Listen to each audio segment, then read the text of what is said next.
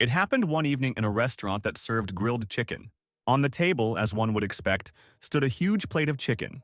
A European-looking man named Hugo, a holy sign of Sagittarius, said that tomorrow Harry, the 13th awakened, was destined to die. Harry, who was sitting opposite, chewing chicken, asked discontentedly, "Do you really think so little of me?" The man's face was covered in scars, and he had one blind eye, and he had the hood of his jacket pulled over his head. Harry asked if it was because he had taken all the legs from the plate. A little angry, the man opposite replied that it was not like that at all. Continuing to chew his chicken, Harry said that he understood the reasons for his concerns, but he had nothing to worry about, and he was definitely not going to die. He chuckled and said that he had killed more misfortune bringers than all 12 constellations combined. So how could someone like him die? Hugo just clasped his hands together tensely and stared at the table. There is a demonic tower in this world. This tower is the home of a terrible monster that can bring death to all mankind. It all started on the last day of the 20th century, namely, when the mighty ones who bring misfortune have driven humanity into a corner with their overwhelming power. They left behind only pitch darkness and chaos, and it was during this period that 12 gods appeared, calling themselves sacred beings. They vowed to give humanity the power to fight off all monsters, and they chose 12 people to be granted that same indescribable power. But one day something happened that no one expected. The 13th awakened appeared, who was without the blessing of the sacred entity. Moreover, this awakened one was so powerful and so incredible, and therefore even the 12 saints were not his equal. And this awakened one was none other than Harry. Hugo and Harry reached the entrance to the demonic tower, where 12 saints were already waiting for them. Hugo thanked the man for the fact that it was thanks to him that they would be able to organize an attack on the demonic tower. Sitting down on a rock, Harry replied that words were not enough, and that he wanted a 5-year supply of fried chicken, to which the man asked him if he was not tired of it yet. And then he irritably noticed that the man continued to pronounce his last name incorrectly, to which Harry said that his last name sounded stupid. One of the saints, a girl with long blue hair, said with a smile that after defeating the red-eyed one, an incredible reward would await them, to which the man who was next to her chuckled and said that the reward would be at least $100 million, since this monster is considered the most terrible.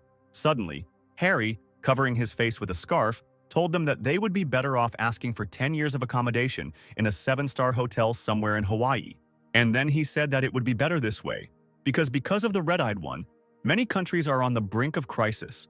The man who had spoken earlier about the reward grinned nastily and called the boy. And then, with the same grin, he asked him if he shouldn't raise his standards if he wanted to work with them, and if he didn't want to heal his disfigured face and body. Looking at their backs, Harry thought that they were not saints at all, just a bunch of scum who only cared about their own gain. Suddenly, the two turned around and addressed the guy again. Laughing nastily, the man told the guy to stop rushing to help everyone he came across, because only a few victims would recoup that price. The guy sighed heavily and said that it was time for them to go, and he thought how good it was that he would never see them again after finishing this business. The saints entered the cave, long stalagmites hung from the ceiling, and everything around was illuminated by a warm glow. The saints stopped and looked up in amazement. They looked at something so big that they had to lift their heads. As it turned out, they were already in front of the Lord of the Demonic Tower, next to whom they all seemed like small flies. Harry thought that just one look at the Lord made him feel a terrible pressure. Suddenly the ruler opened his mouth from where something lit up, and his gaze did not leave the people who came to him. Everything around the cave shook violently, and the saints began to look around. The ground, unable to withstand the pressure, began to crack. The pressure was so strong that Harry put his hands out in front of him to protect himself as he began to be swept backwards. The stone in front of the ruler's throne cracked, and a bright light burst out from the cracks. And then a huge glowing pillar broke through the floor, rising upward. This pillar of light lifted up all the saints who were within its area of effect. A pillar of light burst from the roof of the castle, and everything around was illuminated. Soon this light faded, and everything around was filled with smoke. The frightened saints, who missed this pillar of light, hid against the walls of the castle. At their feet was a cliff, under which lay a whole lake of lava. The throne of the ruler remained untouched. Only the smoke from this blow hid it. The Lord raised his head smugly, looking around, a wide smile on his face. The saint girl had already recovered a little from this action, but her body continued to tremble slightly, and she could only quietly say that they needed to run. And then she screamed, and all 3 saints who were still alive immediately ran back. Harry remained standing where he was, turning to face them, and quietly said that he couldn't believe that these bags of shit were called saints. He gripped the handle of his weapon tighter, thinking that it didn't matter to him anyway. After all, he will be the one who kicks this red-eyed guy's ass. And then he, breaking the earth, instantly rushed forward. With a sharp movement, he jumped up and found himself right at the level of the monster's forehead. The guy swung his weapon to strike. After some time, Harry continued to strike. He didn't know how much time had passed, but he didn't stop killing monsters.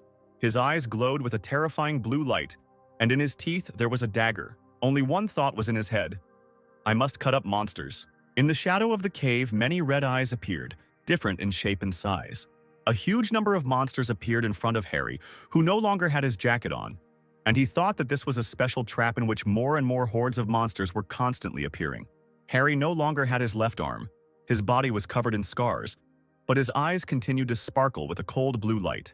Clenching his jaw even harder, causing his gums to bleed, he wondered if they all thought he would give in so easily. There was a mad light in his eyes as he promised himself and all the saints that he would survive and tear them all to shreds. Time moved forward inexorably, and now 20 years have passed since that moment. Harry was approaching another monster, who exclaimed that this could not be. He asked the man how he got there, to which Harry replied that he was the last one left. The monster pressed himself even more tightly against the stone and screamed in panic, begging for help. Harry raised his foot to step on the monster, a long beard already growing on his face, and he said that it was already over. Then he crushed the monster's head with his foot, sending blood spraying into the air. Standing in front of the corpse of the last monster, Harry sighed heavily and tiredly. Looking up at the sky, he noted that it was finally over. But suddenly everything around began to shake, causing stones to fall from somewhere above. The man weakened and began to fall to the ground, weakly saying that he would finally be able to get out of here, and everything around him continued to shake. And then he fell to the ground and the stones covered his body. After some time, it was already daytime outside. The city's high-rise buildings had long since been destroyed, and the air was brown from dust and dirt. The boy running next to the older man said that he had said that this was not the best way, to which the man replied that he had not known that things would turn out this way, and that he had been told that today was safer than usual. And as it turned out, several high-ranking monsters were chasing them. The guy, with tears in his eyes, exclaimed that everything was bad. And yet the fortune teller told him that today, he would meet a monster with whom he should not associate himself. One of the monsters suddenly pushed off the ground and jumped. And then, he landed right between the boy and the man. The guy fell to the ground, and in anger, he hit the ground with his fist. As it turned out, they were now surrounded by these monsters and therefore could do nothing. As he got to his feet, the boy thought that if only Master Harry could return from the demonic tower, those damn monsters wouldn't dare to be here. And suddenly the gates of the demonic tower swung open. The boy and the man stared at this in surprise. And then there was an explosion. Trying to protect themselves from the gusts of wind, the boy and the man put their hands in front of them. And, as it turned out, part of the land was simply destroyed, causing a circle to form on the earth. The boy and the man were buried under rubble, and the second asked what it was. Suddenly he called out to the boy, calling him Charlie, and said that someone was coming out of the destroyed tower. And indeed, someone came out of the tower, and his strong hand appeared, with veins bulging on it. A lonely figure stood in the midst of this ruined area. This someone clenched his hands, cracking his fingers, and sighed with relief. Dark lightning appeared from his body, and the man exclaimed that these bastards had struck him in the back and left him to rot in this hole. He suddenly thrust his hand forward and shouted that they were now in complete shit.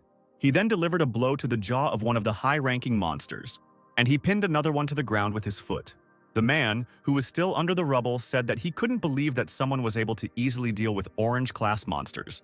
The man continued to beat the monsters, and a whole mountain of them accumulated under his feet. Then he got distracted, and then he suddenly jumped up, causing a column of dust to rise into the air. And then with one foot he smashed the debris under which Charlie and the man were, and they recoiled in fear. Falling to the ground, Charlie asked the man why he decided to attack them, to which the man merely said that it looked like his work here was done, and the others breathed a sigh of relief. And then Charlie asked his friend if this wasn't a real sensation, because some person was able to get out of the tower, to which he replied that this couldn't be, and he just happened to be nearby. Suddenly, a shadow fell on the place where they were still sitting on the ground. As it turned out, it was a huge wolf, its eyes glowing red and drooling from its mouth.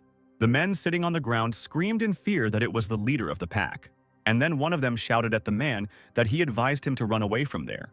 The monster's eyes glowed even brighter, and red lightning bolts erupted from its body. and then he opened his mouth from which a beam of red light burst forth. The men cowered in fear, pressing their hands to their heads. This beam of light illuminated the space in front of the monster, destroying everything around. The explosion was so powerful that it could be seen several kilometers away. Soon the light went out and everything became quiet. Charlie and his friend were surprised to notice that they were still alive. Opening their eyes, they noticed in front of them only the broad back of a strange stranger, who stood in a relaxed pose. Looking around, they noticed that the earth was destroyed by that beam, but they did not feel the impact because there was a man standing in front of them. Charlie's friend thought that perhaps this stranger had protected them. And then the stranger took off and jumped high into the sky, causing everyone else to look up. The man raised his hand to strike the huge dog. With one powerful blow, he smashed the beast's head into the ground. Charlie and his friend were quite surprised by this. The stranger landed on the ground with a grin on his face.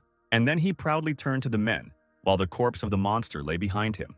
He said that he was definitely finished now, but he himself noted with displeasure that it stunk in there. And then his gaze moved somewhere to the side, and he quietly muttered something. He turned to the men standing behind him, causing them to flinch in fear. The man began to turn towards them to say something, his whole body radiating some kind of unkind green light. The men shook with fear, trying to understand what he wanted to tell them. But the stranger only smiled good-naturedly and asked them to buy him some food. He scratched his head awkwardly while the men just fell silent in shock. And then he added that clothes wouldn't hurt either. After some time, the stranger and the two men reached a small cafe. The man put the now empty plate on the table with a sharp movement. Charlie's friend glanced at the check and, noticing the cost of the meal, practically gave up the ghost. And then they indignantly asked the stranger how he managed to eat $1,000 worth of food, to which he replied, "But you said you didn't have much money, so I ordered just a little." He then turned around to order another helping, and noticed that they themselves had spoken of their willingness to pay for his dinner for saving their lives, at which Charlie's friend shouted indignantly. Charlie, covering his ears, asked the stranger who he was and why he was near the tower.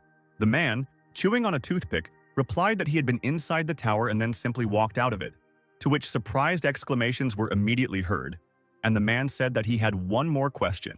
He asked them who they were because they looked like ordinary townspeople, but they emitted a magical aura. Charlie's friend replied that it was because the guy was a Templar, and then he asked him if he himself was a Templar.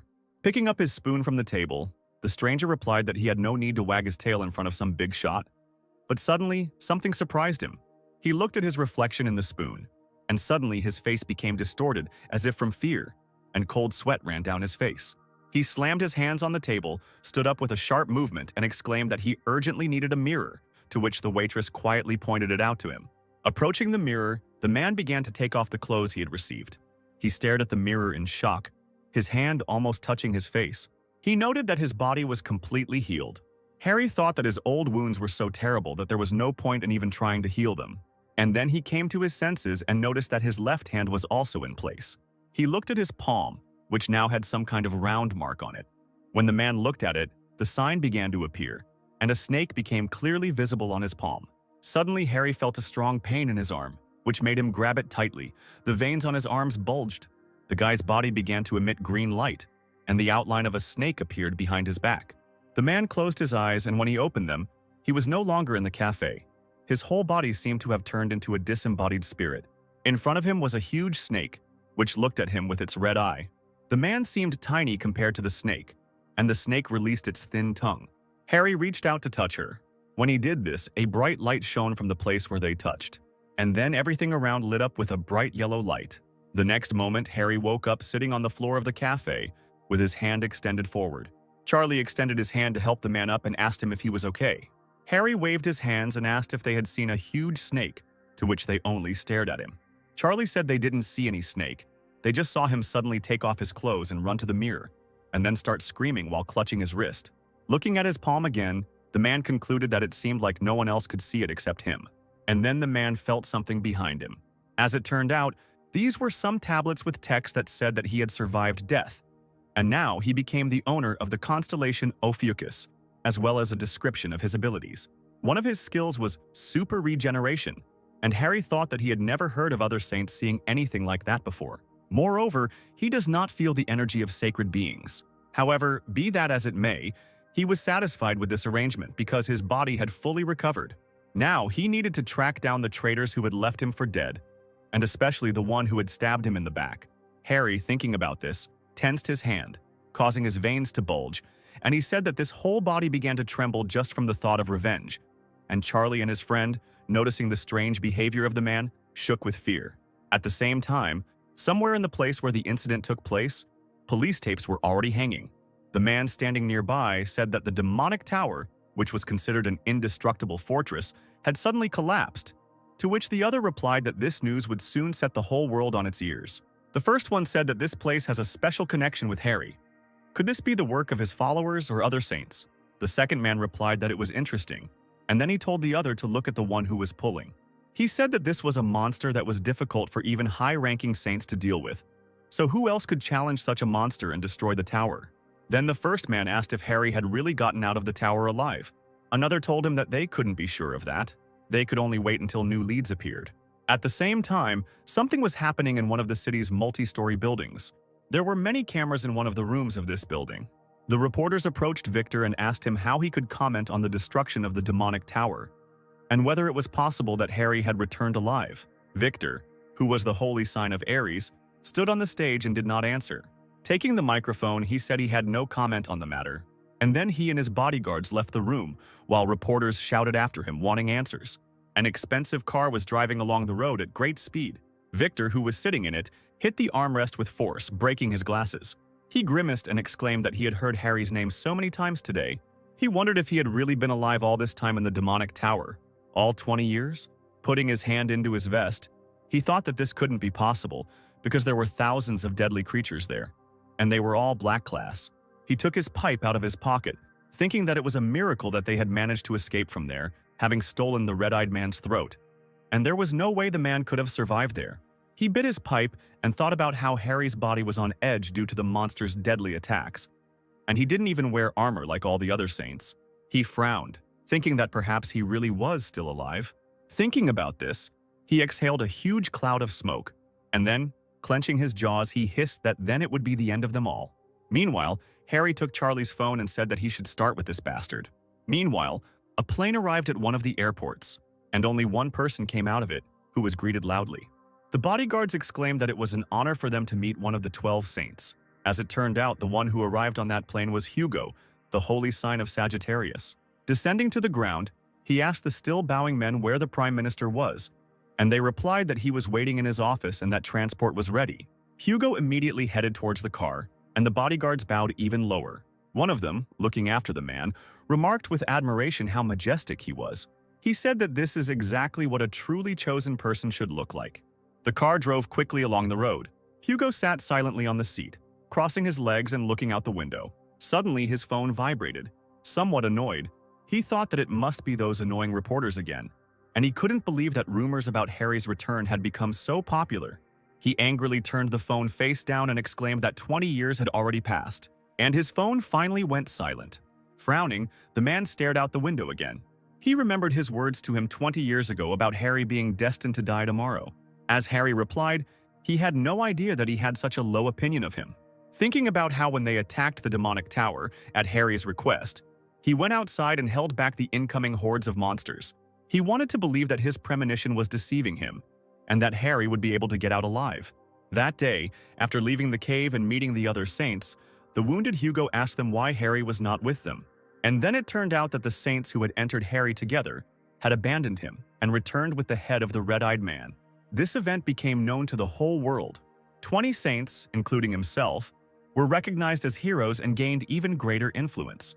Hugo, unable to believe that Harry was dead, asked again and again to begin searching for him. But Jean-Louis, the holy sign of the dark cancer, answered him with a grin that it was time for him to stop. He said that he knew perfectly well about the number of monsters in the demonic tower, so there was no chance that Harry survived. With an even more disgusting grin, the man said that if Hugo was so worried about Harry, then he could go looking for him alone. No one would stop him. But then the list of saints would be reduced to 11. Hugo didn't respond to this. He just clenched his jaws tightly, grinding his teeth in anger. Thinking about this, the man's mood worsened and he unbuttoned the top button of his shirt. Looking out the window, he thought that no matter how strong Harry was, he couldn't survive. And besides, too much time had passed. Suddenly, the driver announced that the Prime Minister was calling him. The man took the call, and the Prime Minister asked him if he could talk. to which he replied that he could and asked what was the matter. The Prime Minister asked him if he had heard the news yet, and then said that it seemed the demonic tower had been destroyed. Hugo clutched his head and sighed wearily, wondering if this story was happening again. And then he said that if the man wanted to ask him to start looking for Harry, then he had to refuse. Frowning, she said that the man died that day and that the incident with the tower was most likely a setup by his fans. And then he told the Prime Minister not to even hope to get more votes with this, to which he replied that this was not at all the case. He said that if the report that had just been transmitted to the South Korean government was true, then a call had been made to that number very recently. Not understanding what was going on, Hugo asked what kind of challenge this was. The Prime Minister replied that the call had been made to Harry's personal phone number, causing Hugo to shudder all over. He pounded his fists convulsively on the back of his chair and cried out, asking if it was true. And then, in a panic, he ordered the driver to stop the car. The wheels stopped abruptly, raising dust from the road. Reaching for the phone, Hugo thought that it might have been Harry calling him then. Looking at the screen, he saw that it said that he already had 39 missed calls and a voice message sent. The man stared at his phone screen with his mouth wide open. He tapped the phone screen to call the number that had called him recently. He sat tensely in his chair as the phone continued to ring. Suddenly, the call was answered and a voice came from the receiver, calling the man by the nickname Harry had called him. And then Harry told him in English that he would find him and kill him. And then he happily said goodbye to him. Hugo's mouth was wide open when he heard that voice. He realized that that manner of speech was so similar to Harry. Could he really be alive? And then he screamed, ordering the driver to return to the airport. Meanwhile, Harry was still sitting in the same cafe. He looked at the phone screen with a menacing grin and said that Hugo had grown up and now even dared to ignore his calls. Charlie asked him who he was calling so persistently, to which Harry simply replied that it didn't matter. And then he said that this smartphone, as the guy called it, is just an amazing thing. Harry said that he entered the tower in 2005, and now in 2025 the world has become a much better place, to which Charlie asked him if this was the first time he used a smartphone. And then he said that with it, he can connect to the internet and even follow the news. The man peeked out from behind his smartphone and asked if he could then watch the news about Harry. Charlie, pointing to his phone screen, replied that of course, since it was the hottest topic of discussion right now. And immediately a lot of different news and posts about Harry appeared on the phone screen. However, all the comments were negative. Some were afraid of Harry, others didn't respect him and called him a loser. The man, reading this, got angry and squeezed the phone too hard, causing Charlie to scream in fear.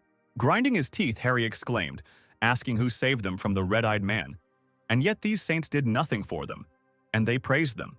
He exhaled, calmed down and said that he should just ignore it, which was kind of sweet. Looking at his phone screen again, he saw the news about the revision of the will that Harry left. He decided to give all his fortune to orphanages and educational institutions in the event of his death. Remembering this, he smiled weakly and said that he hoped that all the money reached the recipients. And then he poked at the screen to see the news. But as it turned out, the news was about Harry leaving all his property, including relics, to the saints, in the hope that they would use them wisely for the benefit of the whole world. The man got angry again, but with even greater force, which made him squeeze the phone so hard that it shattered into small pieces, and he screamed that he would definitely strip them of their pathetic skins. Charlie fell to the floor next to the remains of his phone, a stingy tear running down his cheek as he said goodbye to the phone. Sitting back down at the table, Harry thought about what he should do. He thought about warning them about his return, but his appearance was very different from what it was 20 years ago. And even if he went out into the street and started shouting that he was that same Harry, no one would believe him. Therefore, he should torture each of the 12 saints separately, and he should go to the bottom for some time. Suddenly, he felt something approaching him from behind. A message appeared warning him that he was being watched, and Harry noted that he recognized the aura. He decided to leave the cafe, and noticing him, Charlie asked him where he was going, to which the man replied that he was going to get some fresh air. After leaving the room, he stopped on the street, and looking up at the sky, he was able to notice many spirits of some kind. As it turned out, these were avatars in the form of rams. Upon noticing them, Harry immediately realized that these were animals of the holy sign of the White Aries. There have been reports that these avatars have recreated the barrier in the name of the White Aries, and therefore the influence of other constellations has been neutralized and the avatars demand tribute. Clenching his fist, the irritated man said that even if they were sucking up to the sacred entities, who were they trying to command? However, then he heard someone calling his name, which made him turn around, still irritated. It turned out that it was some couple of people, and the man said that everyone was doing nothing but talking about this Harry, and the noise from this chatter would soon finish him off. The woman who was walking next to him, holding his hand, replied that she was talking about the same thing, and that this stupidity was being reported on all the news. The man, lighting a cigarette, said with a grin that, although the man's name was not tarnished, he was amazed that everyone had suddenly started showing interest in him. On the man's cardigan, a golden badge with the sign of the Gemini constellation glittered. Charlie, who followed Harry out, noticed this and realized that these people were from the twins constellation squad. Frowning, the man from the Gemini constellation squad noticed someone standing in his way. Charlie shouted at Harry to come back quickly and not to provoke these people. However, Harry didn't seem to hear him and continued to stand in place. The irritated man asked Harry what he was looking at and then ordered him to get out of there. Charlie and his friend, seeing this, became completely dejected and thought that they were finished. The man standing in front of Harry raised his hand to inhale more smoke from his cigarette, and then he exhaled all this smoke straight into the man's face, practically standing close to him. Noticing the displeasure on the man's face, the member of the Gemini constellation squad asked him if there were any problems, and then he leaned his forehead against him and defiantly told him to hit him if he had any problems. The woman who was with the man immediately told him to calm down, otherwise the boy was going to shit his pants. And then the couple started walking past, calling him a coward. They started to drift further and further apart, and the man said that all these idiots who were fanatics about Harry were no different from each other, and the woman supported him. And then she asked why this weakest saint was so popular with everyone, and whether the very act of canonizing him as a saint was absurd in itself. And these questions seemed to pierce the man's head. Charlie ran up to calm Harry down and told him that he had behaved well, and that it was good that he had not provoked the representatives of the Gemini constellation. However, the next second, Harry turned to the departing couple and shouted at them, calling them cockroaches. The couple turned around incredulously and asked again if he was talking to them. Completely furious, Harry replied that he was talking to them, and then he cracked his fists. The man from the Gemini constellation squad immediately turned around and walked back quickly. He stood face to face with Harry, pressing his forehead against his, and asked him irritably what he had just said. And then he started talking about how he was just a pathetic simpleton from whom there was not even a magical aura. But suddenly someone's hand rose above his head. Harry quickly flicked his finger to the man's forehead, sending him flying. He slammed into the wall of the house with a sharp movement, raising dust, and his woman screamed. Charlie and his friend froze in panic as they watched this.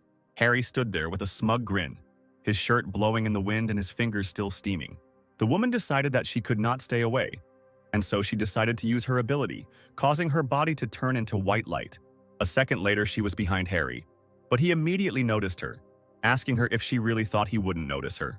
And then with another click, he sent the woman flying, causing her to crash into the wall of another building. Touching his face with his hand, he quietly called these people losers. Charlie's friend exclaimed that using magic in the middle of the street was strictly prohibited, to which Harry replied that if he had used magic, there would have been no trace of those losers left. To which Charlie and the man were surprised to think that Harry had knocked out 2 A-rank Templars with just brute force. Harry suddenly noticed something and lowered his head a little, and then he crouched down to get closer to the man he had knocked out. He carefully picked up the medallion that hung around the man's neck, and then, with one sharp movement, he tore it off. And then he said that this is exactly what he felt when he hit the man, and he asked if it was a relic. Having looked at the medallion more closely, he asked where these people had obtained the relic, since only saints should have them. In response, Charlie asked the man if he really knew absolutely nothing, and then he said that several decades ago, humanity was practically wiped off the face of the earth. But thanks to sacred beings and the constellations they chose, people managed to survive this disaster. However, only 12 people could not protect this entire vast world, and so they decided that they had to start gathering followers, which today are called branches. Those who were given a piece of the power of the saints began to be called Templars. Such people began to be divided into ranks, according to their level of power. First saints, then cardinals, then bishops, and finally Templars. The main source of strength for the Templars is their faith, so there is strong competition and recruitment between branches. Thus, the chosen Templars receive relics from sacred entities from time to time. Hearing this, Harry thought that things had changed a lot in 20 years. But suddenly the guy pointed something out to him. As it turned out, the avatars that had previously just been hanging in the air were now all gathered around the man. There are reports that the avatars of wealth and greed, which are associated with the constellation of the White Aries, are enjoying this situation, They demand that the man quickly deal with the couple, and for this they promise a worthy reward. Charlie's friend, with his mouth wide open, told about Harry having attracted the attention of the avatars. These avatars were like reflections of the sacred beings themselves, and standing in their way was like challenging the gods themselves. The man exclaimed that they should hurry up and do as they asked, but Harry only laughed. He snapped his fists again and said that now he understood why he had felt that the stinking aura of Ares was so present, and that they were intending to fill their bellies, just like that pig. Putting his hands in his pockets, Harry took a step forward, saying that in the end, nothing had changed. He kicked the ground hard, causing the stone to crack, and everything around began to fill with Harry's turquoise aura. This aura began to attack the Ares avatars, causing them to make sounds of pain. A bright light illuminated everything around, causing Charlie and his friend to cover their eyes with their hands. And then the avatar barrier began to slowly disappear, and soon there was almost nothing left of it. And Harry said that they were showing off no matter what, even though they were worthless losers. Charlie looked around in surprise, not believing that the white Ares constellation had retreated. Looking at Harry again, he thought that this man was not an ordinary person. Harry called Charlie by name, and he immediately rushed to respond. And then he asked the guy again whether he had said that this couple belonged to the branching of twins. The guy replied that it was true, and in their country the twin branch had the greatest influence. It was an elite group that had gathered 2/3 of all major corporations. Then Harry asked if that meant they had a lot of money. He grinned menacingly and asked that then the clothes they wore must be expensive too. The man again went down to the other one and began to take off his clothes, saying that it was time for him to make some good money. After some time, all three reached some house. Pointing his finger at one of the windows, Charlie said that he lived on the second floor, and his friend said that his door was right next door. Charlie bowed to Harry and thanked him for saving their lives and even walking them home. However, there was no response, so the guy carefully opened one eye. Yawning, Harry asked them if they were going inside because he was already sleepy and he had clothes in his hands, while Charlie indignantly thought that this guy decided to spend the night with them. But the guy still let the man into the house, and he quickly took off his clothes, and strands of black hair flew onto the floor. Harry, now with his hair cut short, stood in front of the mirror, his hands on his hips, and then he looked at himself in the mirror and grinned. Charlie, seeing his new look, raised his finger up and said admiringly that the short haircut suits him very well. He exclaimed that the man looked even cooler now, causing Harry to become a little embarrassed and look away. He smirked as he thought about how in the past, due to the side effects of his abilities, he treasured every hair. Who knew that he would be fine with it now? But then he heard some sound and frowned. As it turned out, it was a mosquito, and the man asked what this attractant forgot in the apartment. With a sharp movement, he grabbed it and squeezed it tightly. When he released his hand, the remains of the attractant fell to the floor, and Charlie raised another finger up and said that even experts couldn't do this. And then he began to catch even more of the tempting ones. He asked why they were so attracted to him, to which the guy replied that perhaps they were attracted by his smell. But Harry, looking around, said that this usually happens when something is wrong with the house. His gaze caught on a shelf that was filled with all sorts of things, and he said that now it was clear why these creatures flocked here, and who would keep such abominations in the house anyway. Charlie said that all these things were received from the twin constellation personally. The guy said that these artifacts did not belong to him, but the saint blessed them. But suddenly something cut the statuette. The boy fell to the shards in panic, and Harry looked at his hand with disgust. Then he took the mask in his hands and said that this thing is intended for surveillance of the buyer. Continuing to rummage through the boxes, he threw out all the artifacts, along the way reporting what they do, and their effect was bad. The man asked whether these saints had not only appropriated his property, but had also started selling such disgusting goods. The man became very angry and said irritably that the very thought made him furious. He shouted loudly for the guy to throw it all away, and at that time someone was standing behind the door and heard all these shouts. Charlie was hopelessly trying to take at least one artifact from the man, when suddenly the door opened, and a red-haired guy appeared on the threshold of the apartment. Harry asked who the guy was, and Charlie started to break out in a cold sweat and quietly called the guy's name, calling him Scott. Scott's face darkened and he asked again who he was. And then he himself answered that he was the owner of this apartment, and suddenly his blue aura burst out. Hearing this, the man immediately calmed down, and the entire apartment was in chaos with broken artifacts. Meanwhile, Victor was already at his residence. He, in shock, asked again about the Korean avatars having disappeared. The subordinate, who was kneeling in front of the stairs, replied that this was indeed the case, and that it had caused a great deal of fuss in Korea. Gritting his teeth, Victor wondered who could have done something like this. He thought that the avatars were direct representatives of sacred entities, and therefore only someone unusually strong could disperse them. The man told his subordinate to contact the other saints and ask them if she had anything to do with this. The subordinate replied that he understood, but the shooter had not been in touch for a long time, to which the man replied that this was no cause for concern, since Hugo had warned that he was going to get a new position in the UK. The subordinate then said that they were informed that upon arrival at the UK airport, he immediately transferred to another flight. This made Victor turn around and he asked where the man was heading, to which he was told that Hugo had gone to South Korea. Victor thought, rubbing his chin with his hand. He thought that Hugo was on good terms with Harry. So could his actions be connected to tears about the return of that bastard? Could it be that he actually survived? The man cursed quietly and grabbed the candelabra. And then he shouted that this was all ridiculous nonsense and threw the candelabra at the floor, which his subordinate barely managed to dodge. Victor cried out for him to report to him more clearly, and then he asked what else was there. The man replied that an unconscious branching Templar had been found at the place where the avatars had disappeared. He was lying in the middle of the street wearing only his underwear. And also, according to witnesses, before this he got into a fight with a handsome young man. Victor latched onto the word handsome, and then he assumed that it couldn't be Harry, since his face was covered in scars. He thought that things weren't going too well anyway, and it was entirely possible that he had managed to get out alive. For some unknown reason, the Korean avatars disappeared. And what's worse is that they failed to finish off the Spider Queen.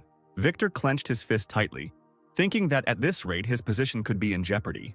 And then he ordered that his plane be prepared, to which his subordinate raised his head and asked him if he was really going to go there personally. The man answered in the affirmative and said that he wanted to see everything with his own eyes. He grabbed a coat that was lying nearby and swung it around, throwing it over his shoulders. He frowned and said that he absolutely had to see for himself all this hell that was going on in Korea. And he walked forward, lighting a cigar. Meanwhile, the member of the twin branching was taken to the twin branching hospital in Korea. The man was lying on a bed with sensors attached to his chest, and on his face he had a breathing mask. An old man approached the man's bed. His hair was gray and his head was almost bald. His face had age spots. The old man exclaimed, asking who dared to harm his grandson. When no one answered him, he turned to the man standing against the wall, and the man said that there was no need to worry so much. The man replied that the saint of the Gemini constellation had sent him specifically to sort this out. This man's name was Mike. He was a Templar of the S-class of the Gemini branching. Meanwhile, Harry and Charlie told Scott everything, and he asked again whether they had really met at the demonic tower. He continued asking about the events, clearly not believing them, and Charlie just nodded in panic, sweat running down his face. Scott screamed at him to stop lying to him, and besides, the man had destroyed all of his artifacts, to which Harry said they were fakes anyway. The guy asked the man what branch he was from, to which the man asked him if he really thought he needed something like that. Then, an irritated Scott asked what god he believed in then, to which Harry replied that he didn't need those 12 idiots. The guy asked his rank, to which he also did not receive a normal answer. Then, he decided to ask his name. The man, also irritated, replied that his name was Harry.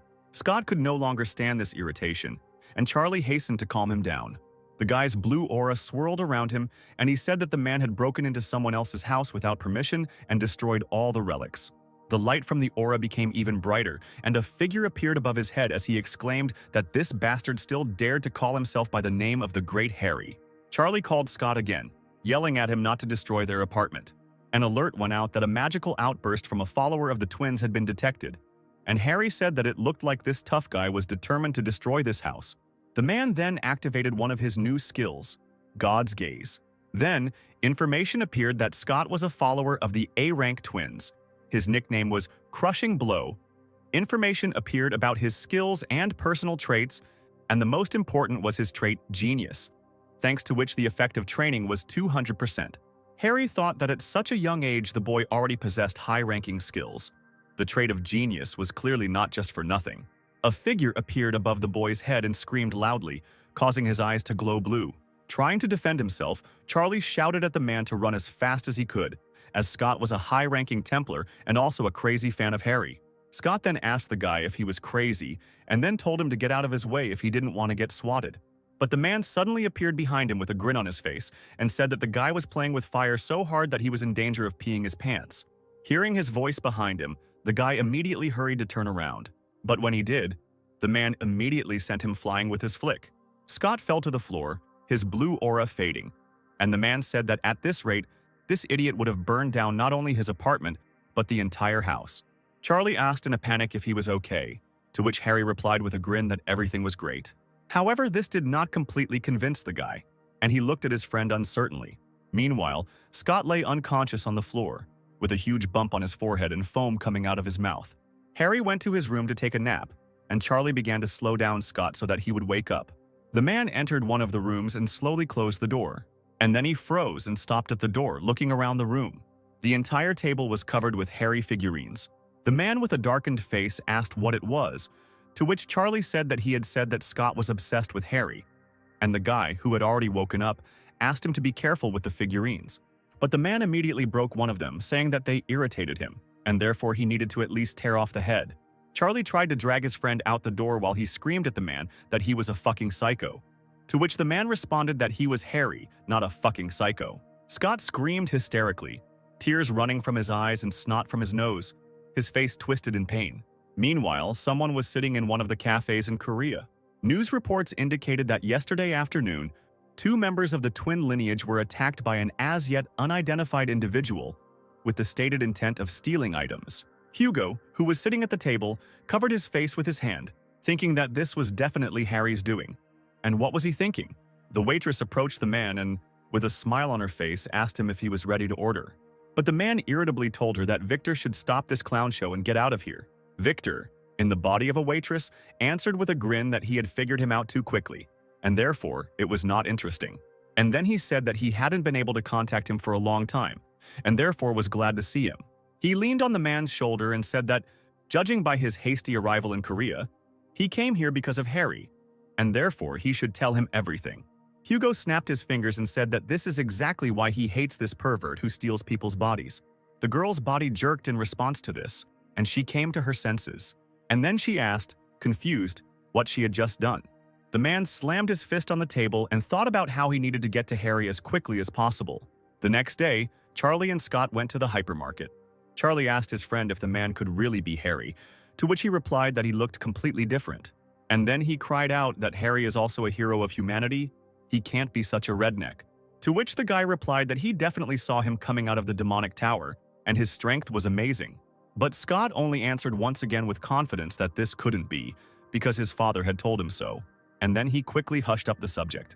Suddenly someone shouted that there was a thief here, and the guys stopped, looking around. And then something suddenly knocked them off their feet and turned over their cart. As it turned out, it was that same thief. Falling to the floor, Charlie noticed that he was very fast, which meant that he was from the Scorpio branch, and his friend said that he was wasting his powers on bad things. The thief began to rush quickly from side to side, stealing everything he could. The thief thought that these pathetic Templars could never catch up with him. He gritted his teeth, thinking that he had already made enough money, and therefore it was time for him to go. But before he could do so, someone hit him in the stomach, stopping him. The blow caused the man's eyes to open wide and turn red, and drool began to flow from his mouth. It turned out to be Harry, and Charlie asked him what he was doing there, to which he replied that he had forgotten to tell them to buy some chicken. Then someone told the man that he was very good, since he was able to catch a member of the Scorpion branch, considering their speed. It turned out it was Mike, and he said that the man was just an ordinary follower, and therefore it would be better to call the police next time. Harry looked at the man and wondered what kind of guy he was. But the next moment everything behind them shook, causing the men to turn away from each other. The rest of the people in the hypermarket were also scared by this shaking. The thief, who had already come to his senses, thought that this was an excellent chance for him to escape, and then he quickly rushed forward towards the doors. He thought that he could have been caught because of this strange man, but the earthquake came in handy. But suddenly he noticed that the floor in front of him began to crack. He managed to stop, and the next moment a huge monster in the form of a centipede jumped out of the ground. The thief raised his head and asked why the attractant appeared in the green zone. He took a step back, thinking that he needed to get out of here before it was too late. And then he jumped high into the air. The man grinned and thought that, even though this creature was strong, it would never be able to catch up with him. But at that very moment, a monster's wide-open mouth appeared at the side of the man, causing the man's face to freeze. The monster devoured the man, and then he sank to the ground, and the crowd could only watch. And, as it turned out, there was someone sitting on the monster's back. The Spider Queen looked coldly at the crowd below with her red eyes. A message came from the loudspeakers that an emergency had occurred, A bad guy had appeared in the hypermarket, and everyone needed to return to the building immediately.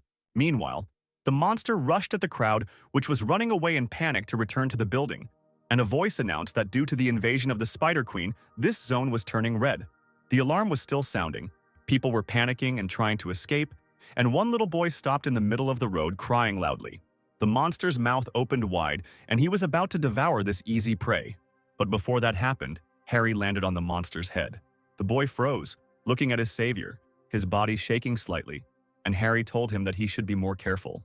The man extended his hand to him with a smile on his face, his eyes shining with a turquoise light, and he asked if he was hurt. But the next moment the boy rushed forward, running away from his savior. The man cleared his throat awkwardly and said that the boy seemed to be okay. Rising to his feet, he asked what this giant was doing here. The monsters began to pounce on the man, and then a turquoise snake began to form next to him. The snake's head appeared next to him, and the man asked about how today he would be able to have fun for the first time in a long time. Meanwhile, the black car was driving quickly along the road. Victor, who was sitting in this car, asked his subordinate to repeat it. The subordinate said again that the creatures that brought misfortune appeared in the middle of the hypermarket, to which the man asked him to repeat the name of that creature. Then he said that they were told that it was the Spider Queen. Hearing this again, Victor thought about how they had failed during the raid, and he had barely managed to put the seal. Had she already escaped? Clenching his fist, he thought that there was no way he could defeat a red-class monster on his own. After the appearance of the wallpapers that bring misfortune, they began to divide locations into 6 classes according to the level of danger, where the blue zone is a blessed abode, green zone is a safe zone, the yellow zone is a zone of slight danger, the orange zone is the zone of monsters that pose a great threat to life, and the red zone is the zone where deadly monsters have gathered. The black zone is a zone where life is impossible. Since the Spider Queen has appeared in hypermarkets, it is now a red zone. Victor's driver asked him what they should do now. After a short silence, the man replied that they needed to seal everything. He thought that no one should know anything. If the public knew about the failure of the last raid, they would lose their reputation. In a bit of a panic, Victor told her subordinate to tell them that they could no longer save those inside, and to send the Templars to completely seal off the building. Meanwhile, some bubbling sounds continued to be heard in the hypermarket. The monsters continued to advance in numerous hordes.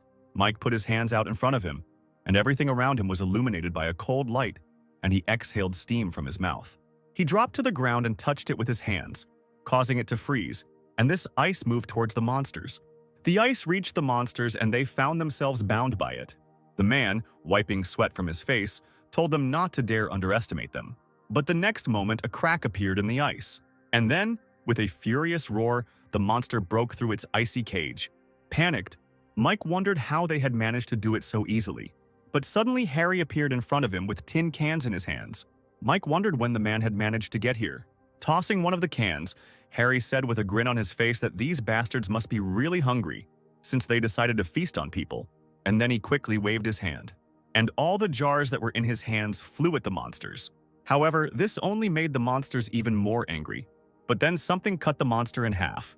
Harry rushed forward, cutting through the monsters that were in his path, and he cried out, asking them if they knew who they were opening their mouths on. The man's eyes glowed green as the monsters' bodies fell to the ground, and he said that normal mobs should know their place. Scott and Charlie stared at this with their mouths open. Suddenly, a message appeared in front of the man's face, stating that he had destroyed the attractor. There were reports that he had increased the Divine Throne EXP and obtained a consumable material. A sparkling shard appeared on the man's hand, and a message appeared stating that consumables could be used to create new skills and relics. Clutching the shard in his hand, the man thought that despite the 50% penalty to his physical capabilities, moving didn't seem that difficult, and perhaps he could use even more energy than before. Mike thought that it was impossible for a man to easily destroy S-class monsters that even he couldn't stop. Harry approached Scott to return the knife he had taken from his house. Mike didn't take his eyes off him and wondered where he came from. But suddenly he remembered something, and then he called out to Harry, calling him an amateur, and he turned his head. And then he cried out that he was the same man who had attacked their followers, and Harry, hearing this, shuddered. And he immediately remembered the couple he had recently beaten up. But then he hit the man in the face, telling him to shut up. Mike fell to the ground from the blow, and his body shook slightly. Harry asked him how he guessed. Mike exclaimed again, asking him how he could not recognize him. And then he pointed out that the man had put on the clothes and badge of the man he had beaten. And he said that this badge is an S-rank relic given only to the Templars of the Twin Branch. And then he cried out that he was sure that all the man's strength was hidden in this badge, and Harry only disgustedly took it off himself and asked how this nasty thing ended up on him. And then he squeezed the badge with his fingers, destroying the abomination. Seeing this, Mike became even more angry. Dusting his hands, Harry said that the relic was nothing more than a decoration, and he couldn't believe that those bastards hadn't changed a bit in 20 years. But suddenly, a furious cry of a monster sounded next to them. Harry immediately put on a serious face and looked towards the sound. Charlie also looked in that direction and pointed at something with his shaking finger. As it turned out, it was the Spider Queen, who was riding a monster and chasing people. Then the men tensed up and Harry's body was covered in green light. And then this light became even brighter, and streams of wind gathered around it. And a second later, he was already rushing forward. He rushed straight towards the Spider Queen. Flying closer, he raised his hand and struck at the head of the monster on which the queen was. From this blow, the monster immediately fell to the ground, breaking the stone covering. People looked around in panic at the loud sound. Mike was also watching this, but he had absolutely no idea what the hell was going on. It seemed completely insane to him that the man would rush at this monster without any relic on him. Suddenly, a voice was heard in his ears, calling for the attention of all the Templars of the Gemini branch. Scott and Mike, who heard the voice, immediately realized that it was Bishop Simon. Simon told Scott and Mike to get out of that building immediately. He said that the people from the Aries branch intend to completely seal the building. He said that Victor was already on his way here, and they couldn't stop him. And besides, even a saint couldn't cope with the Spider Queen. That's why they decided to get rid of the place completely, because the saints would get into trouble if people found out about their failure. He asked Mike if he had a teleportation skill, and then he told him to take Scott and get out of there. The man's eyes began to dart nervously around the building. People were injured and some could barely move on their own. Everything was almost resolved, but the monsters continued to crawl out of the crevice, and only Harry still fought with the Spider Queen. The man's body suddenly began to tremble. Simon asked him if there was any problem with them leaving together. With a crazy face, Mike replied that there was no problem. Scott cried out, asking what he was talking about. The outside help was clearly not enough. Didn't he understand how badly they were stuck? He asked him if he really wanted to leave all these people to die. After a short silence, the man replied that he understood everything. But what will people think when the Spider Queen appears in the middle of the city? Hearing this question, the guy froze and asked again. Mike replied that then people would begin to reproach the branches of the constellations, and their faith would weaken. And because of this, their strength would also waver. He took out his phone and said that he could only take one person with him, and Scott would go with him, since he was ordered to save him. Scott cried out that he couldn't leave his friend here to die, and besides, a lot of people hadn't had time to evacuate yet. The man gritted his teeth and said that now was not the time for his whims. He said he had no desire to die here because of an incompetent freak like him. And the man's hand began to turn into ice. Steam from the ice swirled around him, and he said he would have to kill all the extra cargo so the guy wouldn't have much of a choice. These words angered the guy, and a blue light appeared around him. The guy stood in a stance, and flashes of blue light flew around him. Coming closer, Mike asked him if he was really going to fight him. He said they were on completely different levels and he needed to put his miserable conscience aside and make a rational decision. But before he could say anything else, something hit him in the back. As it turned out, it was the paw of a monster that was now pressing the man to the ground. Harry landed next to her on the ground and wondered why they were still here. He said that it was dangerous here, and therefore they should leave quickly. Charlie called out to the man happily, and Scott said that the draggers had blocked the exit so they couldn't get out of here.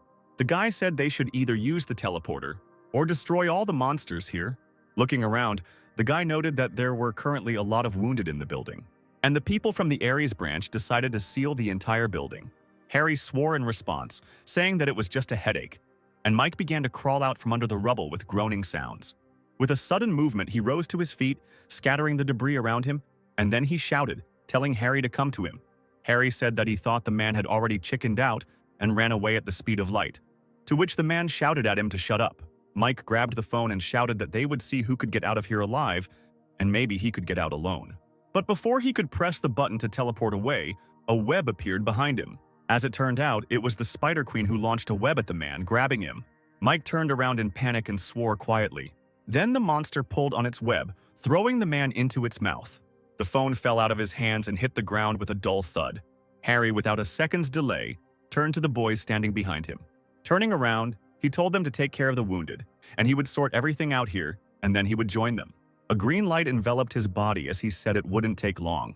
Meanwhile, the Ares branching barrier continued to surround the building. Victor had already arrived at the scene, and he asked his subordinate about the current situation, to which he replied that their people had already practically sealed off the hypermarket.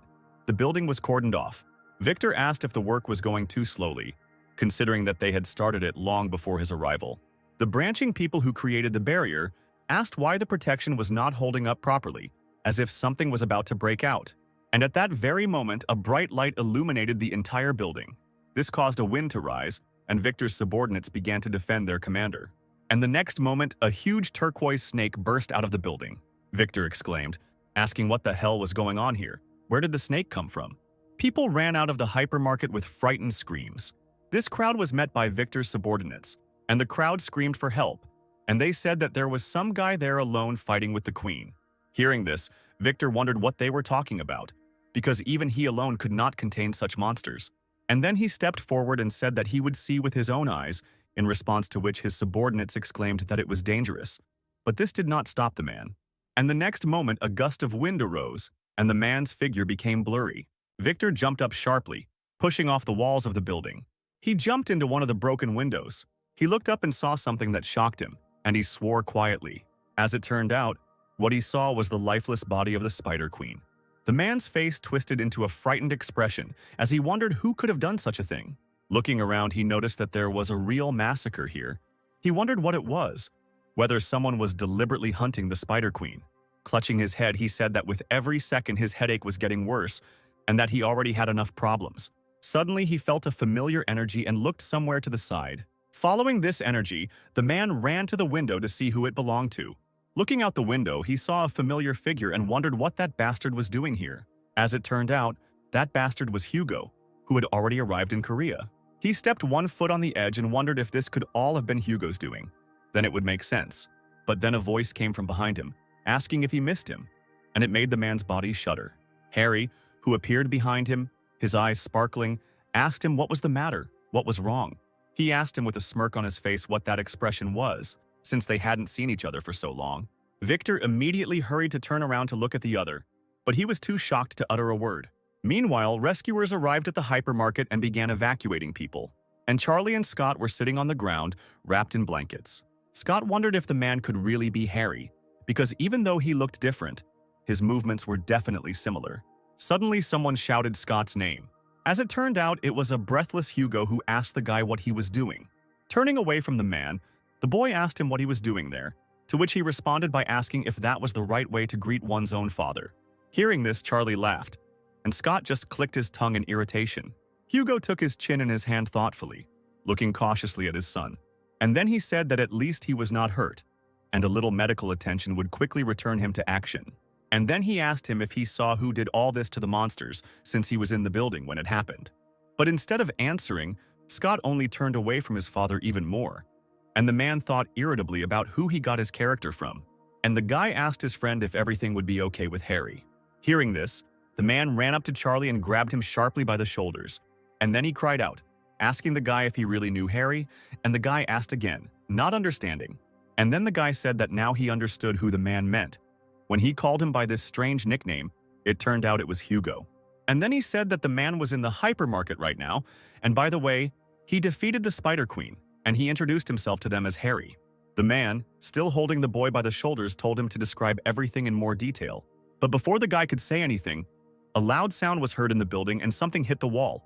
Meanwhile, Victor was fighting with Harry. He jumped away from him, already out of breath.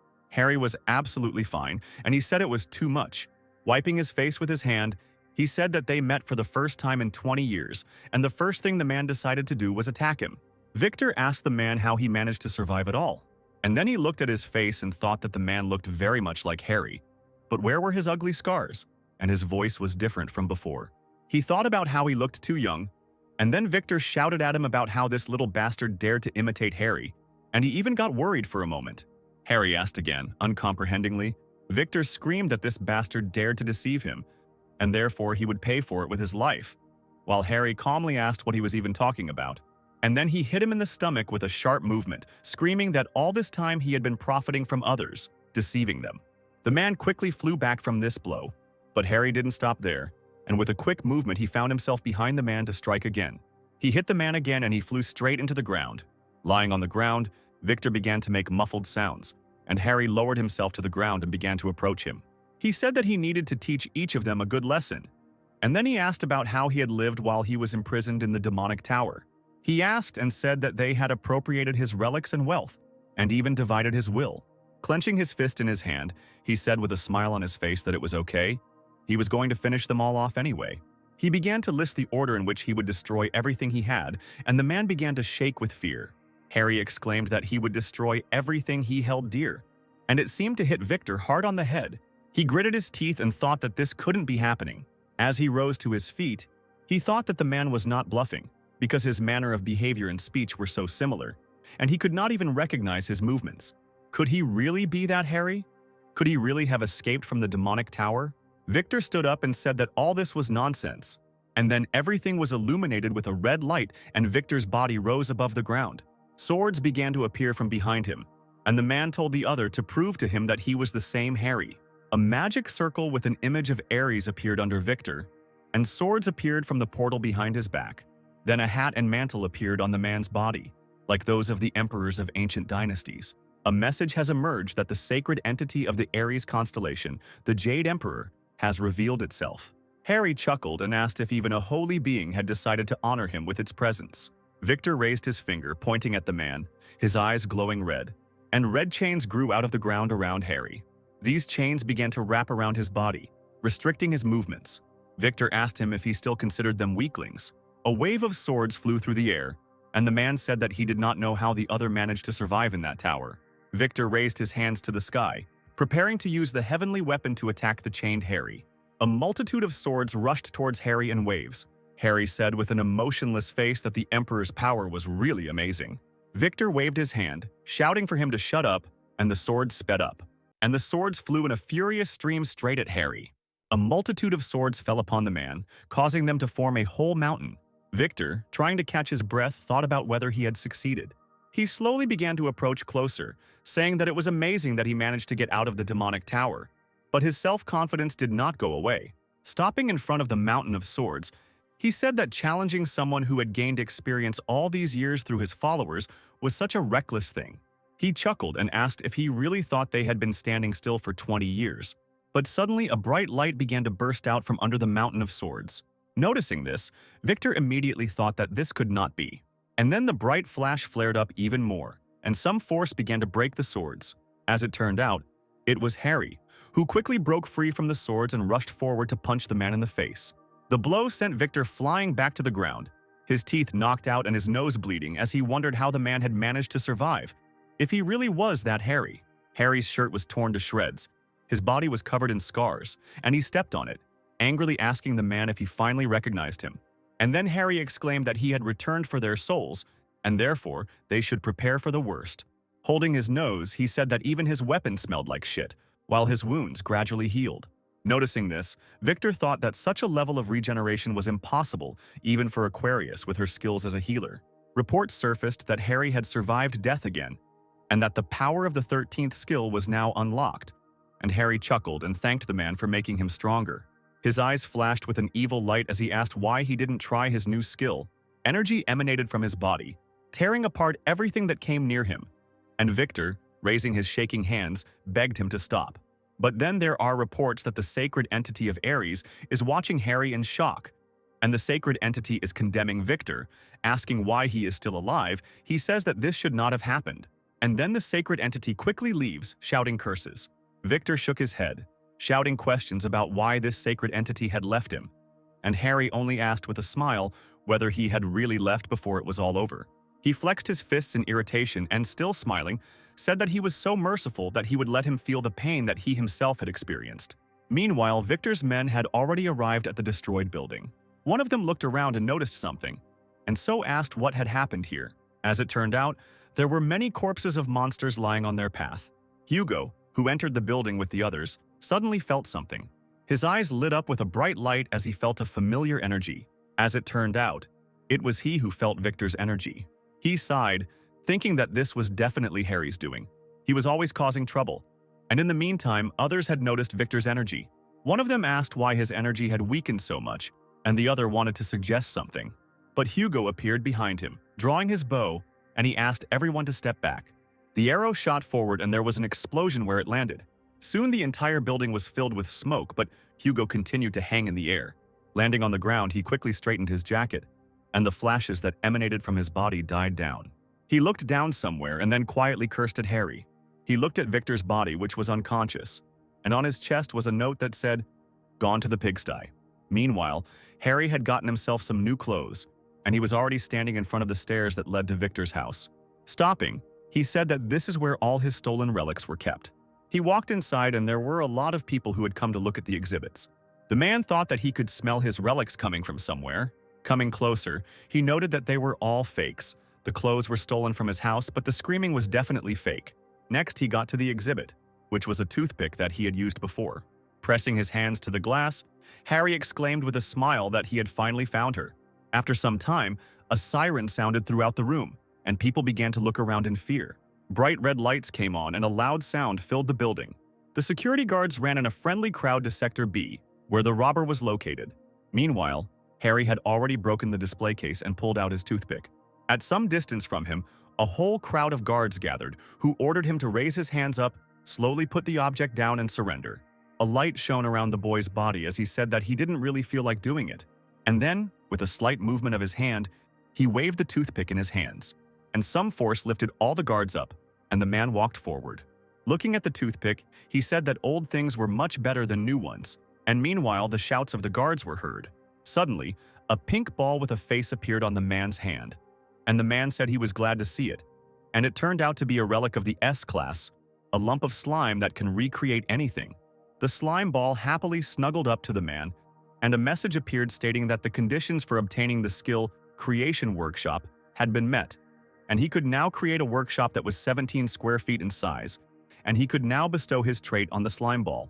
A lump of slime settled on Harry's shoulder, and he asked him if they should head for the exit. Suddenly, a message appeared that a strong aura of the relic of the constellation Aries was felt nearby, and some door began to shine brightly to the side. The man said that he felt a bit sorry to leave empty-handed. As he reached for the door handle, he said it was an exciting moment to receive the award. Meanwhile, Hugo reached Victor's estate, but looking around, he asked if he was late. Everything around was in chaos. Victor's house was burning, and people were running away in a panic. Noticing him, Hugo prayed that Harry wouldn't do something worse. Meanwhile, Harry, with a huge bag in his hand which he dragged along the ground, left the estate saying that he was hungry. Hugo noticed him immediately and called him by name. Hearing someone calling him, Harry looked up and immediately saw a man. Hugo quickly ran forward, tears streaming down his cheeks, and shouted that he was a bastard. Harry was about to meet him, but then the man ran past him. Hugo grabbed some guy by the shoulders and asked him what he was doing here and where he had been all this time. He needed to find him since he had returned. Noticing this, Harry angrily clenched his fur coats, and the lump of slime looked at its owner in fear. And then he jumped up and kicked the man right in the face, asking him how he could not recognize someone's face. Hugo sank to the ground, his body shaking a little. Harry stood in front of him, towering over him, and asked him how he could not recognize him. Did he want to die? Holding his cheek, Hugo looked up in confusion, and then he noticed a clot of mucus on the man's shoulder. Harry raised his fist, saying that it looked like he still needed another punch, but then Hugo jumped to his feet and quickly rushed forward, hugging the other. Tears and snot ran down his face as he exclaimed that he had been alive all this time. But a second later, Harry hit the man in the stomach. Hugo sank to the ground again. Harry asked him how he dared to attack him like that, to which the man noted that he was definitely Harry. Suddenly, a message appeared that the sacred entity of the Sagittarius constellation, Apollo, had revealed himself. And then a bright light flashed behind Hugo, and a man appeared. Hugo immediately turned around, completely not understanding what was happening. The sacred entity rose above the men and looked down on them, and they wondered why he had suddenly appeared. Apollo rubbed his chin thoughtfully, looking at Harry. A report has emerged that the sacred entity of the Sagittarius constellation is doubting the veracity of Harry's survival. A message appeared that the sacred entity offered to verify this, to which Hugo asked him how he was going to do this.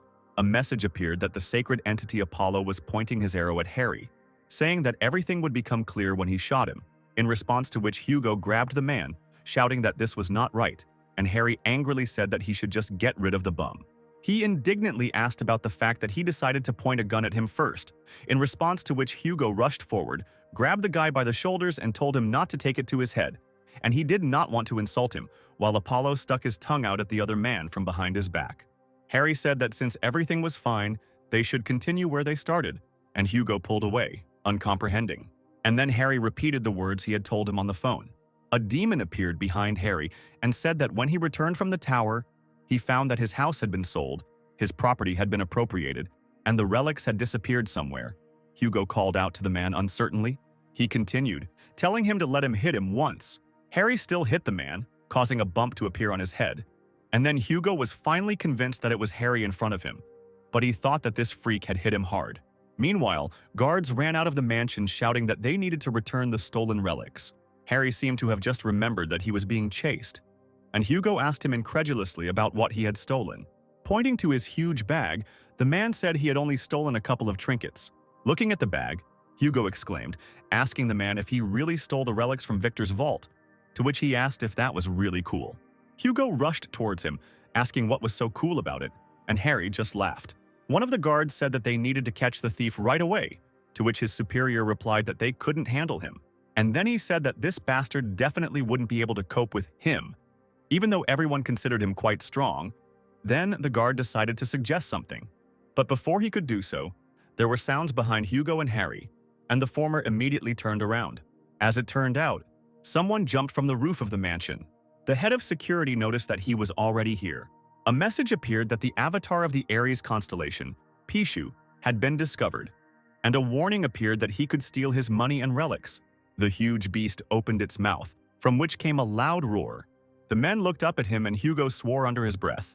Afterwards, he suggested that the man leave all the stolen things and run away from there, to which he told him to just stand and watch. And then he grinned and said he had a plan. Harry turned to the slime ball named Lime, and he ordered him to give him the knife. Lime's eyes immediately lit up and the outline of a knife appeared in them. And then a knife handle appeared from his mouth. Harry grabbed the handle and swung the knife sharply, searching for it from the clot of slime. Looking at the knife, he thought that it wouldn't be suitable for fighting an avatar in this state. And then he told the knife to show its true form, and black lightning flashed around the man and a bright light appeared. Gusts of wind blew towards Hugo, and he shielded himself from them with his hand, wondering what kind of force this was.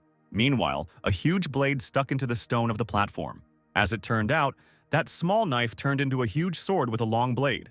There have been reports that the awakened relic is imbued with the aura of the Serpent Bearer, and the relic has gained more deadly characteristics due to the Serpent Hunter trait. There were reports that the power of the 13th had been strengthened. He could now see the weak points of his opponents. He was discovering the path of death.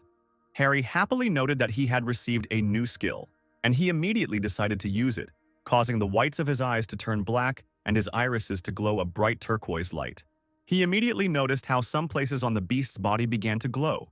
Harry quickly jumped up, raising his sword to strike, and he exclaimed that it was time for him to stretch a bit. Hugo, who stood aside and watched, said that rushing at the enemy without thinking was the man's favorite tactic. He always overcame obstacles despite all his recklessness. It made him smile a little and he thought that Harry was really back. The avatar meanwhile swung his huge paw, pinning the man to the ground. This caused Hugo to open his eyes wide and call out Harry's name in concern. But then the beast's paw began to shake slightly, and Harry asked why the man was so confused. With a slight movement of his hand, Gary lifted the beast's paw, saying that he almost died from the stench. And then he chuckled, asking if it was really his turn now. Looking at the man, the beast suddenly froze in fear. A second later, Harry swung his sword, sending the beast's severed paw flying high into the air.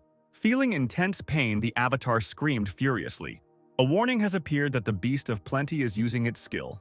And then the loud roar of the beast was heard again, and a message appeared that Pishu was absorbing all valuables that fell within the radius of action. But Harry held the sword in front of him, exclaiming that now the beast would definitely not escape punishment. He raised his hands, raising his sword behind his back, and a message appeared that the Ophiuchus trait had been activated. The man looked at the beast with glowing eyes and decided that one light cut should be enough. And then he swung his sword sharply, using his trait, and something black rushed towards the beast. The black sword swing immediately flew towards the avatar, smashing the ground. And then it hit the beast right on the chest, the cut running diagonally across the entire chest. The blow was so strong that it affected not only the beast, but also everything behind it for several hundred meters. Now there was a huge furrow in the ground from the impact, and Victor's mansion was destroyed. In surprise, Hugo unconsciously raised his hand to cover his mouth, which had opened slightly. Looking at the man standing next to the beast's body, he thought that this power was comparable to what he had in his prime.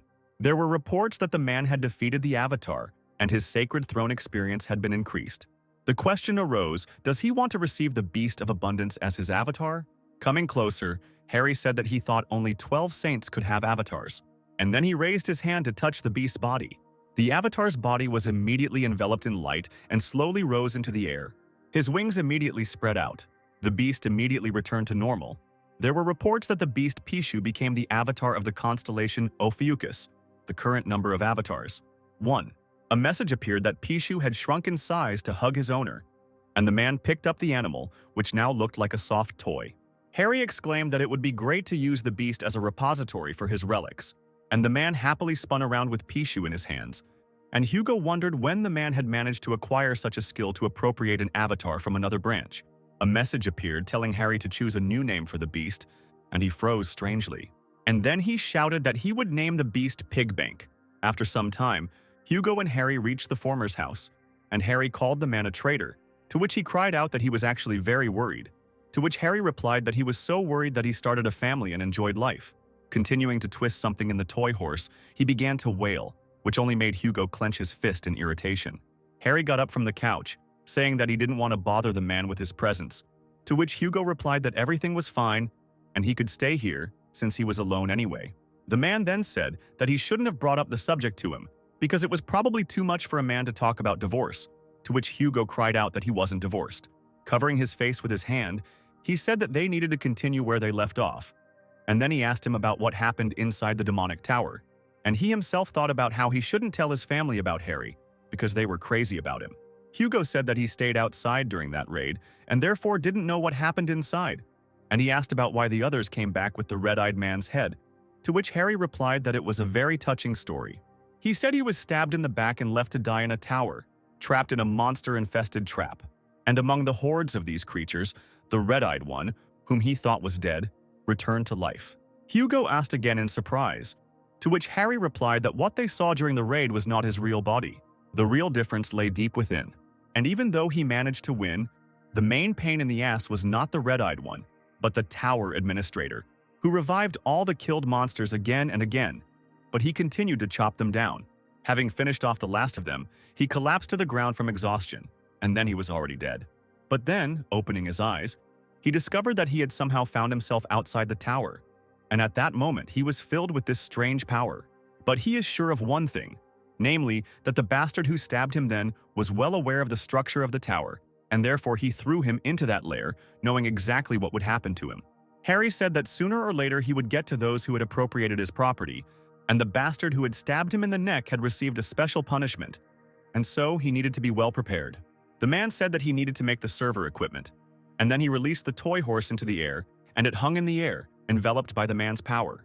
There were reports that natural materials for making had been discovered, and the question arose as to whether he wanted to use them to create the relic. Suitable materials included the core of a spider queen, a fragment of a bad luck charm, and relics of the Aries constellation were also discovered. Harry looked at the materials and said that perhaps he should mix them all together. He raised his hand forward and the creation of a new relic began. A bright light shone from the windows of Hugo's house. There have been reports that a new B-class relic has been created. A new entity has been recreated. Grabbing the relic in his hands, Harry noted that relics with their own essences are capable of developing on their own. Hugo clapped in admiration, and then he took a closer look at it and said that, considering that it was a very valuable relic, its design was simply disgusting. Then Harry responded by shouting that he had poured so much material into this relic, and he still dared to mock? Turning away from the man, he said that he had thought about making something for him too.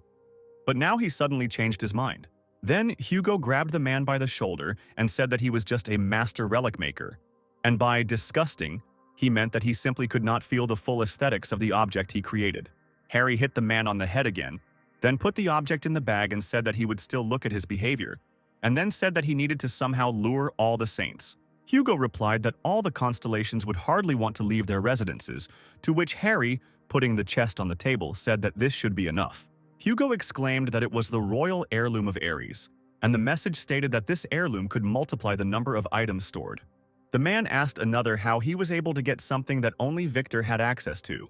Harry replied that since his friend was the saint of the beggar constellation, he had brought the thing as a wallet, to which Hugo irritably replied that his constellation was not called that, and Harry only said that with the help of this box, he will be able to generate new materials in order to create high-ranking relics later. Then Hugo asked how he was going to activate it since no one here could do it. Then Harry asked how that was possible, couldn't he? To which Hugo exclaimed that his constellation was Sagittarius. Harry stared at the table in disappointment. And then, looking at the chest, he said that he had a feeling that they would be able to activate it, to which the other said that nothing would come of it. Suddenly, Harry said that he had already sent an application to the news network. Hugo, thinking he had misheard, asked again, but the man continued to tinker with the box. Then the holy archer cried out, asking whether the man had gone mad. Meanwhile, something was happening in the Blue House in South Korea. Several people gathered at the table, and someone said that they were idiots, that they had disgraced themselves by not being able to deal with even one spider. As it turned out, it was the bishop of the branching constellation of Leo, Oliver, who was sitting with his feet up on the table. And he said that they should have continued to trade talismans. Why were they getting into battles with the attractors? Another man exclaimed that Oliver should refrain from such statements, to which the bishop said that he had heard that the Spider Queen had been killed by an unknown boy, so had Harry himself risen from the grave. But suddenly someone exclaimed that it was enough, and the lamp that was standing on the table broke. As it turned out, it was Simon, who said with a smile on his face that the Lion Bishop must be very excited about Harry's achievements. Oliver said that it wouldn't be hard for Harry to destroy that huge creature, and then he asked if he saw that video from the burning Russia, to which Simon replied that the whole thing was that he was strengthened by other saints, and they even provided him with better weapons. He said that they would have done better in such comfortable conditions, in response to which Oliver laughed and asked if it was really just a matter of conditions. Simon said he wanted to point out that the Spider Queen was ultimately destroyed by the twins branching, at the cost of the life of an S-rank Templar. Oliver noted with irony, it was such a big loss. The men fell silent, their auras glowing brightly around them. The man sat to the side of them, gritting his teeth, and wondered how it had happened that the Blue House had become a hangout for these scumbags. Suddenly, someone burst into the room and told the president to turn on the news immediately. The news said that their news channel literally just received a mysterious package. Inside were photographs of the holy sign of Aries, Victor, and the same short message.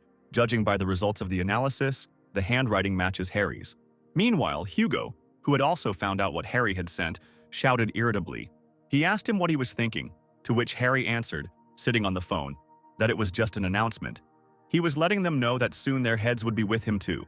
Hugo shook his head and said that Victor's death was already a huge problem, and he decided to make it even worse. Hearing this, the man threw his head back and said, "Victor is not dead." Hugo asked again, and Harry said that he couldn't even be called alive. These words struck the saint even more. With a happy smile, Harry pulled out a toy rabbit and announced that it was Victor. Hugo backed away in disgust, asking again.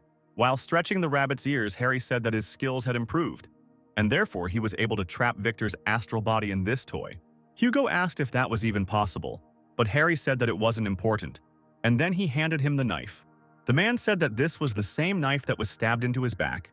Holding the knife in his hand, the saint thought that this was clearly not an ordinary dagger. Harry began to stretch the rabbit, and Hugo noted that since he was stabbed with this knife, it was definitely not Victor. Then the man asked if he should apologize then. Throwing the rabbit over his shoulder, Harry said that he was going to visit the shopping mall. Hugo asked him why he wanted to do that. The man replied that the pig had told him that he had seen a blade of a similar shape there. Taking the clothes from Hugo, Harry headed for the exit, telling Slave 2 to guard the house. Hugo, holding Victor the rabbit in his hands, asked who the first slave was. Waving his hand, Harry headed out, saying goodbye to the first slave, Hugo. Victor's house was still destroyed. Some people were walking among the debris, looking at it.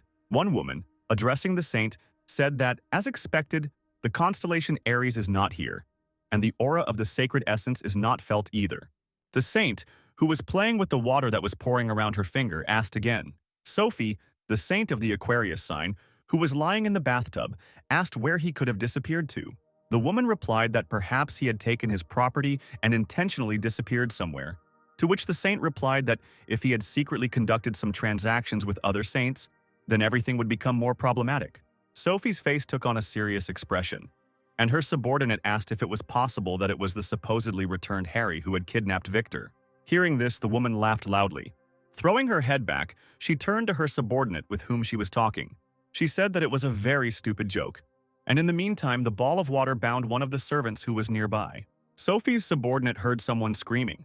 She immediately apologized, saying that she had said it without thinking, to which the saint replied that everything was fine, they would visit the shopping mall as planned, they needed to get rid of the unnecessary relics before the auction began. Suddenly, another subordinate burst into Sophie's bathroom screaming that they were in trouble. She said that another saint had decided to take part in the auction, which made the saint turn around sharply. Previously, this same saint was now in the gym. The men who were there looked at someone with admiration. A muscular man stood by the window with his back to the others, and someone approached him from behind and addressed him, calling him Mr. Stephen.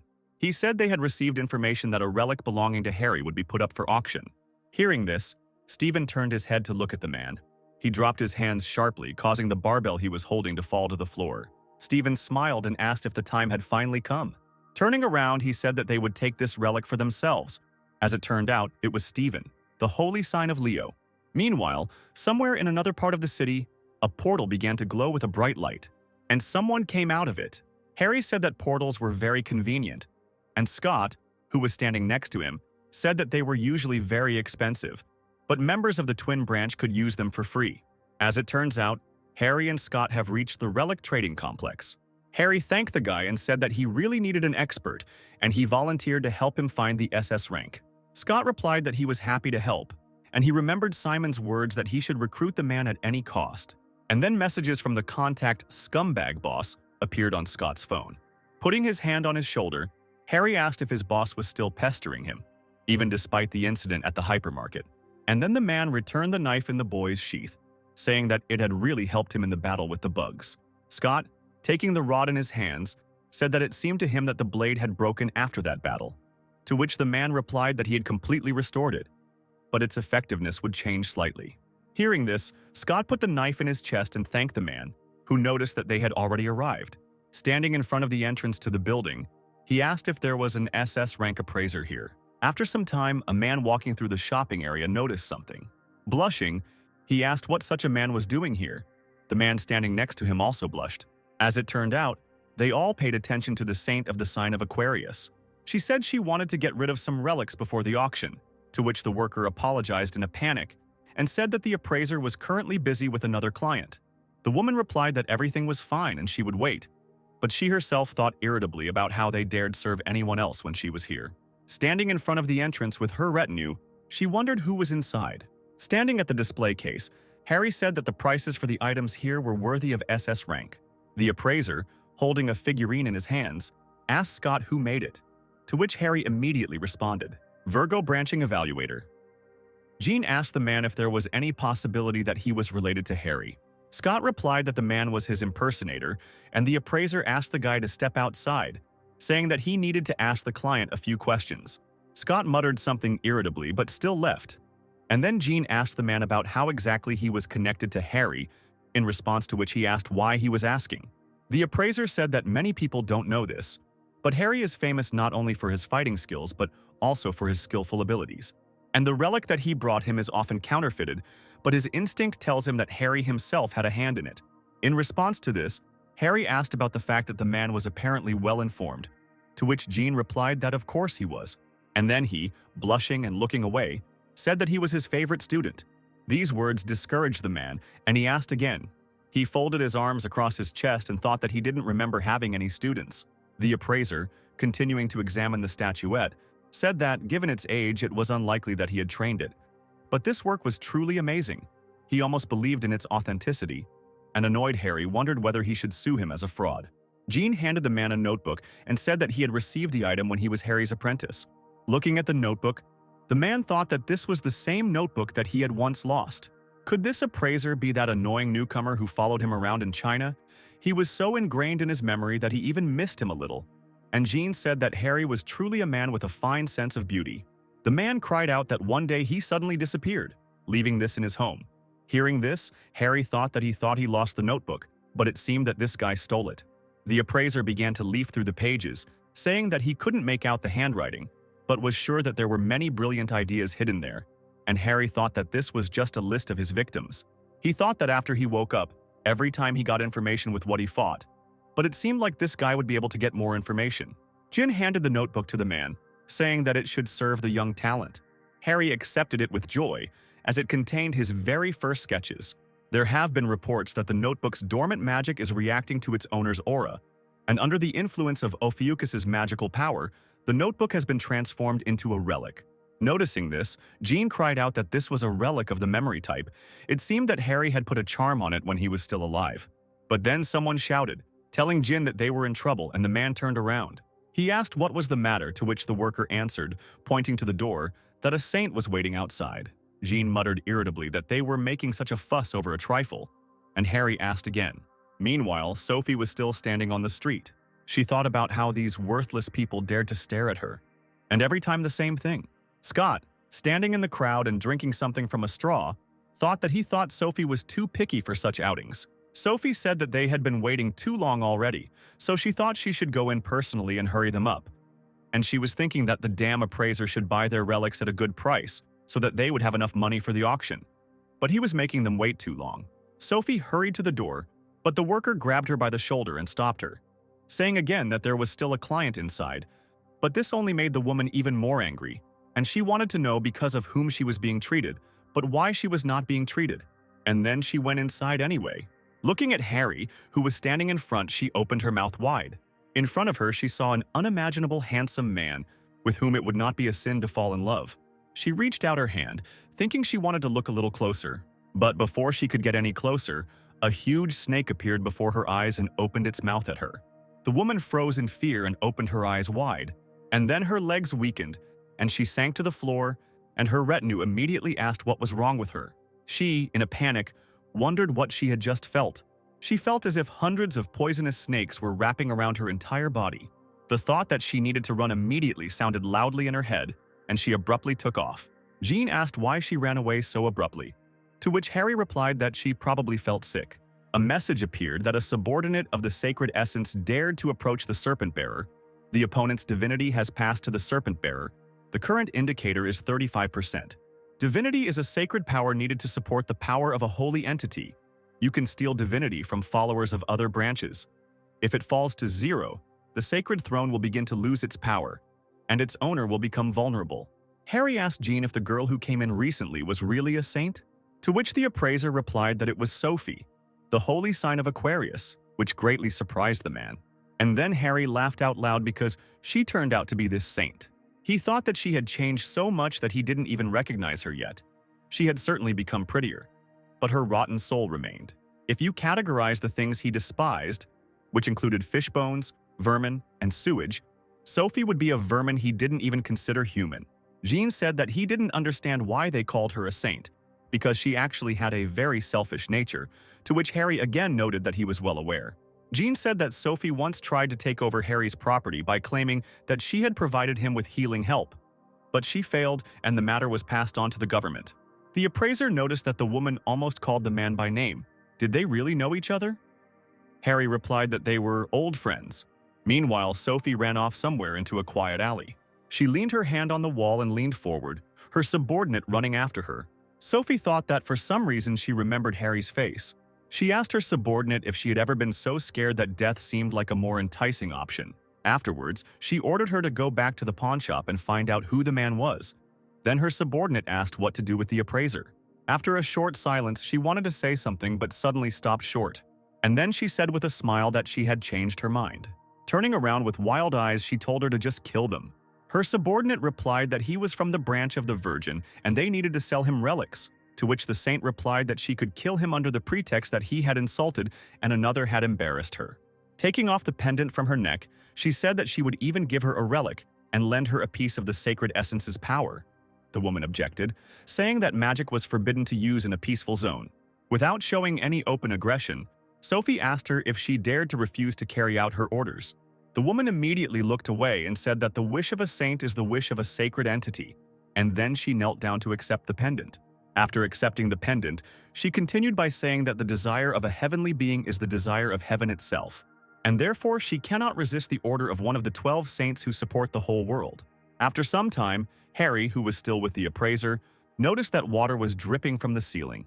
Meanwhile, something was happening in the relic trading complex, the central area. Scott walked the streets, sipping from a glass. Suddenly, his gaze caught on something on the ground. There was a puddle under his feet, although it was not raining. The guy leaned closer to the water, thinking that he felt the slightest bit of magical energy emanating from it. And suddenly a hand of some creature appeared from the puddle. In surprise, Scott let go of his hand and his glass fell to the ground. Meanwhile, a water creature that looked like a guy was crawling out of the puddle. Scott stepped back, wondering what the hell was going on. But suddenly he heard a loud sound and turned around sharply. As it turned out, this situation happened not only to him. Sophie stood on the roof watching this and she laughed quietly. She waved her hand, summoning a duplicate mirror. With a soft smile on her face, she said that the creatures were of the same strength as the A-rank Templars, but they would not be able to cope with such an army. Scott turned to his subordinate Sophie, who was walking down the street. He yelled, asking why she was using skills in a peaceful area, and then he told her to stop it. The woman turned around and said that it was the Saint's order, so there was nothing to worry about. She said that everything they do by the will of the gods. And then she activated the relic that was in her hands, and the cup glowed brightly. Scott lunged forward to snatch the cup from her hands. But he didn't have time to do this, and a huge column of light flew into the air. A huge number of water balloons appeared in the air, which trapped the people who were in the square. The woman ordered the water creatures to seize the appraiser, and she would deal with him herself. And the creatures, obeying her command, turned into water and quickly ran away. Scott also found himself trapped in a water sphere. He thought that he needed to get out before he passed out. A small flame appeared on his palm. The guy thought that he needed to get out at any cost, but soon his eyes began to close. Meanwhile, water was collecting on the pawn shop's ceiling. Jin noticed that he felt strange currents of magic, and at that very moment water tentacles appeared and grabbed the man. Suddenly, someone pointed a blade at Harry's neck, and Sophie's subordinate ordered the man not to move. She said that there was nothing personal here, but he dared to offend the saint. She told him to behave without stupidity if he did not want bloodshed. The appraiser was bound with water tentacles, and the woman said that the saint had ordered her to kill them both. But if they apologized, and their relics were bought at a high price, then perhaps they would be forgiven. Jin didn't answer but just looked away, frowning. But then Harry said that people weren't allowed to brandish knives in public places, causing the man to look up in surprise. Harry, saying he had no intention of using a weapon, took the knife blade between two fingers and broke it. And then he told the appraiser not to forget to ask them to compensate for the damage caused. The appraiser looked at the man, thinking that he had managed to destroy the gift of the Aquarius constellation with his bare hands. This angered the woman, and she exclaimed that she had told him not to move. And then the water tentacles released Jin to rush towards Harry. But the man merely waved his fist, and the water immediately dispersed away from him. Turning to the woman, he asked her if she had any more. The sensations were simply amazing. She put her hand in her jacket pocket and thought about how the man had easily destroyed the A-class avatar. She knew that the saint had gotten sick for a reason. Looking at him, she thought that he was dangerous. She needed to deal with him as quickly as possible. She pulled out the pendant that the saint had given her and exclaimed that he would do nothing against it. Streams of water burst from the pendant and landed on the floor, and the woman exclaimed that they were created by the saint herself, and she summoned orange-class creatures, water wolves. Looking at the wolves, Harry said with a smile that these pests were glad to see him. Turning his back to the appraiser, he suddenly called him by name, and then he said that he would borrow these blades from him, since he had told him to take whatever he wanted. And suddenly, he jumped up. Harry ran straight towards the wolves with a sharp movement. With sharp movements of his hands, he began to chop down the wolves, and he noted that these daggers were very good. As he continued to chop down the wolves, he exclaimed that these wolves were no stronger than yard dogs, probably because the weapon was above A rank. A message appeared that the information had been collected, a fragment of a duplicate mirror, but the man continued to hack at his opponents. There have been numerous reports of new skills and buffs being added. Sophie's subordinate froze uncertainly, not believing how easily the saint's calls were destroyed. But then the man turned to her, and her eyes widened in fear. Turning to her, he told her that they were not finished yet. The image of a snake immediately appeared in the woman's mind. Her body shook slightly when she thought that the man was on a completely different level, and if she tried to attack him, she would die immediately. Then she quickly ran through the open doors, shouting that this was not the end. Harry chuckled and replied that the idiots who shouted that it wasn't the end were the most pathetic. Jean stared at Harry, and then suddenly someone called out to the man with concern. As it turned out, it was Scott, who who exclaimed that he had been attacked by a Templar from the Aquarius branch and had barely escaped. And immediately he saw a view of many bodies of wolves lying motionless on the floor, and he asked what had happened here. Scott asked if these weren't calls from the saint, to which Harry replied that they were, but by sending such gifts they only gave him more resources. The guy said that they should leave anyway before the next attack, but suddenly someone called out to them, asking them to wait. Jean thought about how 20 years ago he followed Harry everywhere, and therefore he remembered very well how he collected materials after each battle with monsters.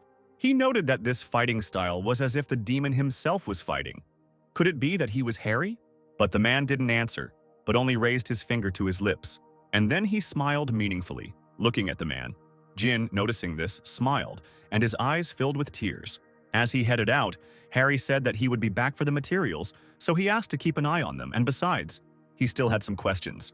In response to this, the appraiser bowed respectfully, loudly saying goodbye to the man, and he and the guy had already left the building. Scott asked the man why the saint had attacked him, whether he had offended her in any way, to which he responded by telling the guy to wait a little. The man frowned, but there was a smirk on his lips, his eyes shining brightly as he said that he would soon see something funny. After some time, they reached a cafe in the area. There were many different sweets and ice creams on their table, and Harry ate it all with pleasure. The man exclaimed that the ice cream here was just superb, and he told him to eat as much as his heart desired. Scott responded hesitantly that it might be too expensive, to which Harry replied that it was okay because he had picked up the thing that had fallen out of that woman's pocket, and it seemed to come with many privileges. He said that it was called an emblem, and that it was similar in functionality to a bank card, but with it, he could even rent other people's skills. Scott, leaning closer, noted that he hadn't even noticed that it had the Aquarius emblem on it, and he thought that they might have a problem, since it also served as an ID.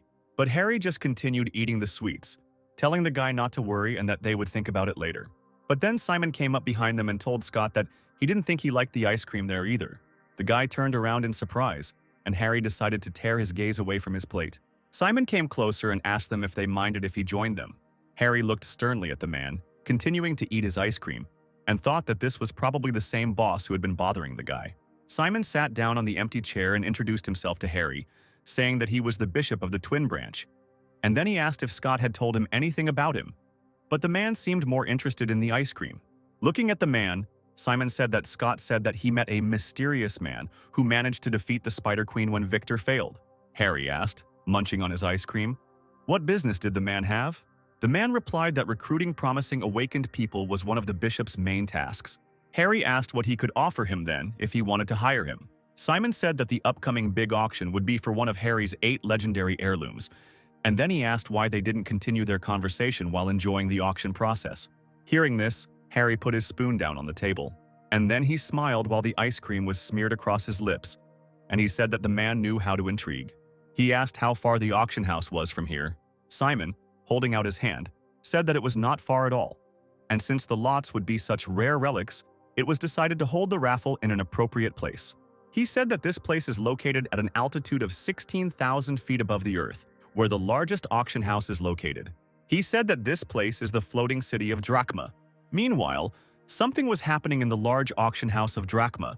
Still suspended, Sophie sat there in the chair by the window, her hands clutched to her chest as ragged breaths escaped her. Her whole body was shaking, and her gaze darted around the room. But then someone called her, and he put a glass of ice on the armrest. Stephen told the woman to get lost if she planned to cower in the corner and shiver, and he raised his hand to take a sip of alcohol. Sophie shot him an irritated look, and she thought that he was still a stupid, uncouth lout. But today, she had to control herself. She thought that this was the strongest person who even managed to surpass Harry, and therefore there was no place safer than next to him. Getting up from his chair, the man said that in any case, Harry's relic would become his, so there was no point in her even claiming it.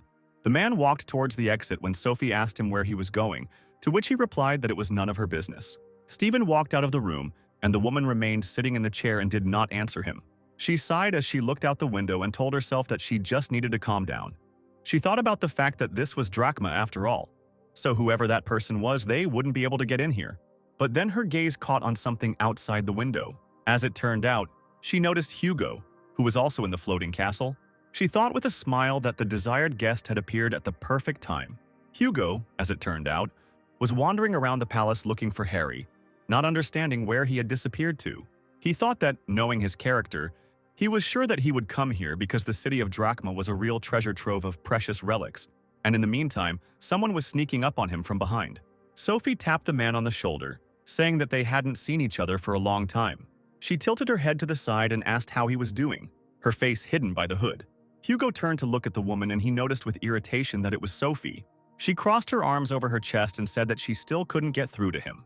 Propping her chin on her hand, she said with a grin that it seemed time spares no one.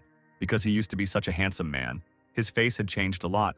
Leaning forward, she asked if it could be because he had few followers. But Hugo just told her to fuck off, as he didn't want to talk to her at all. But this didn't upset the woman at all, although she asked if he was really going to ignore her again.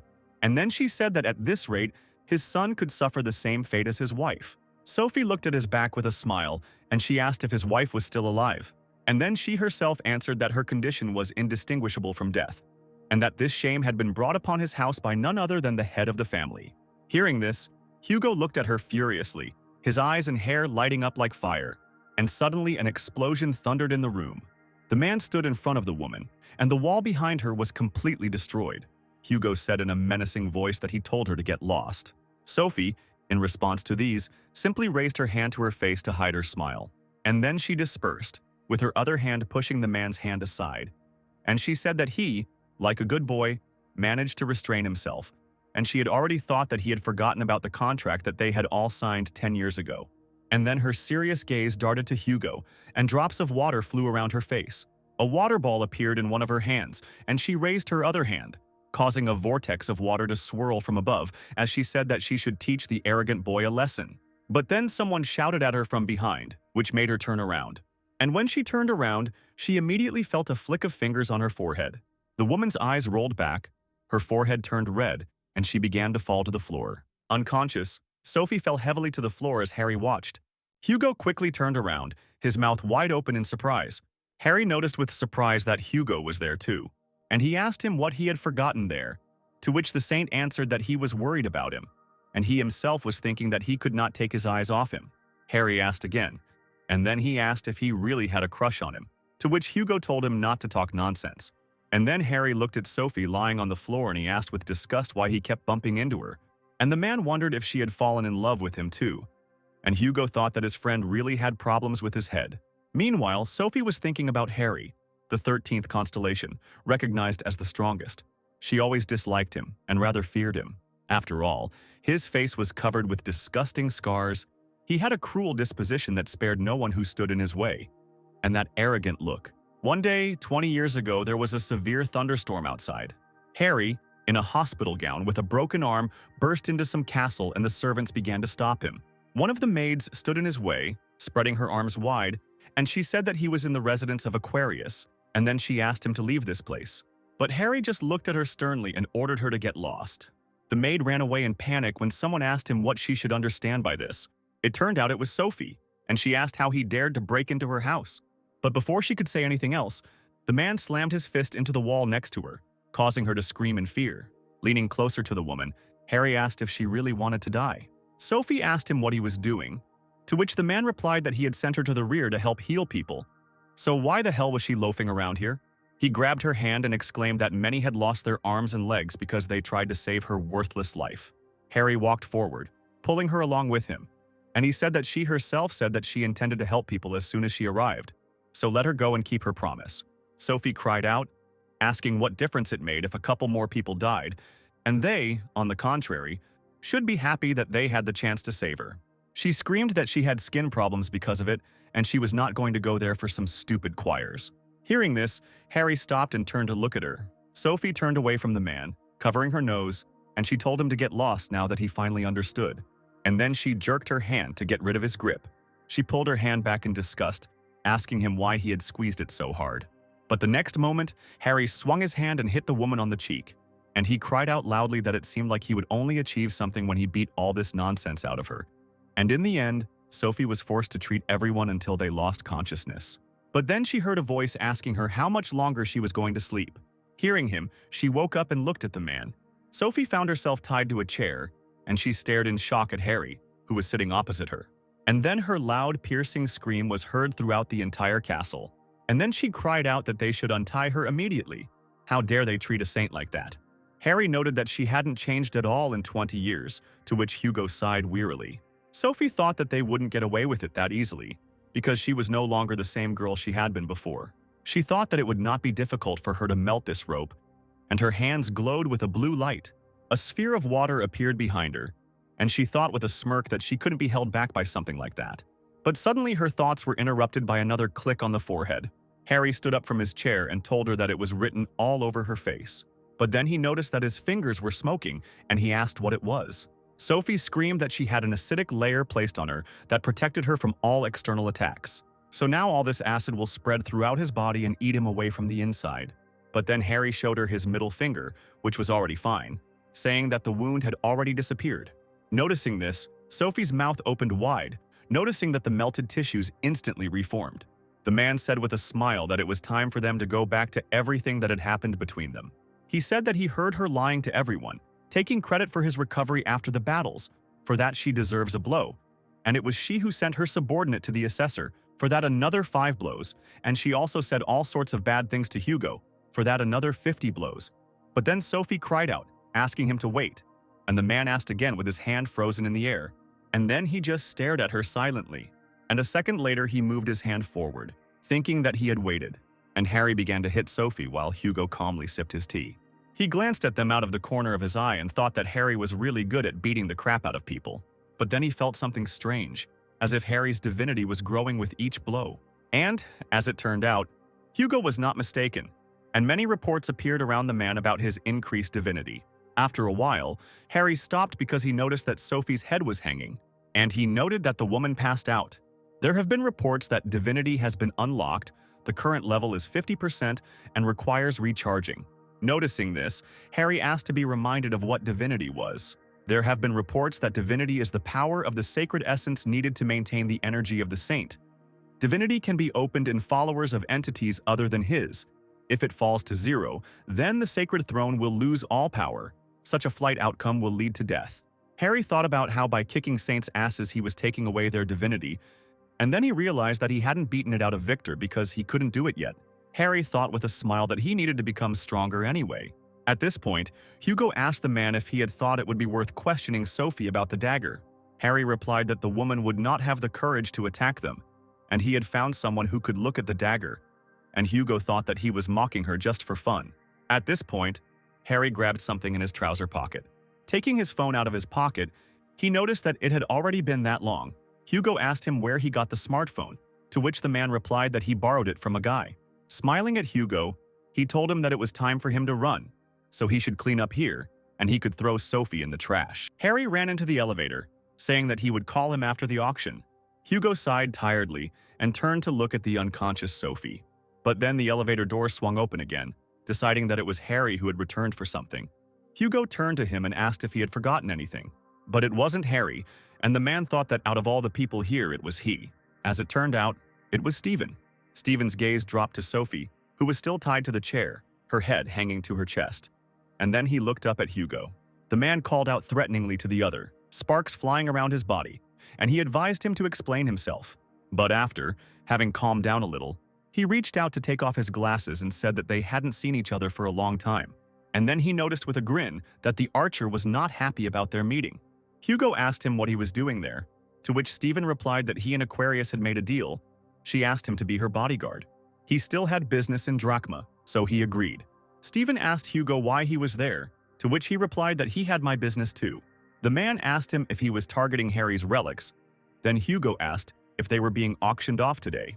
Stephen grinned and replied that he, like a pathetic constellation, would never have been able to afford them anyway. In response to this, Hugo chuckled and asked the man if he was really going around picking up Harry's relics.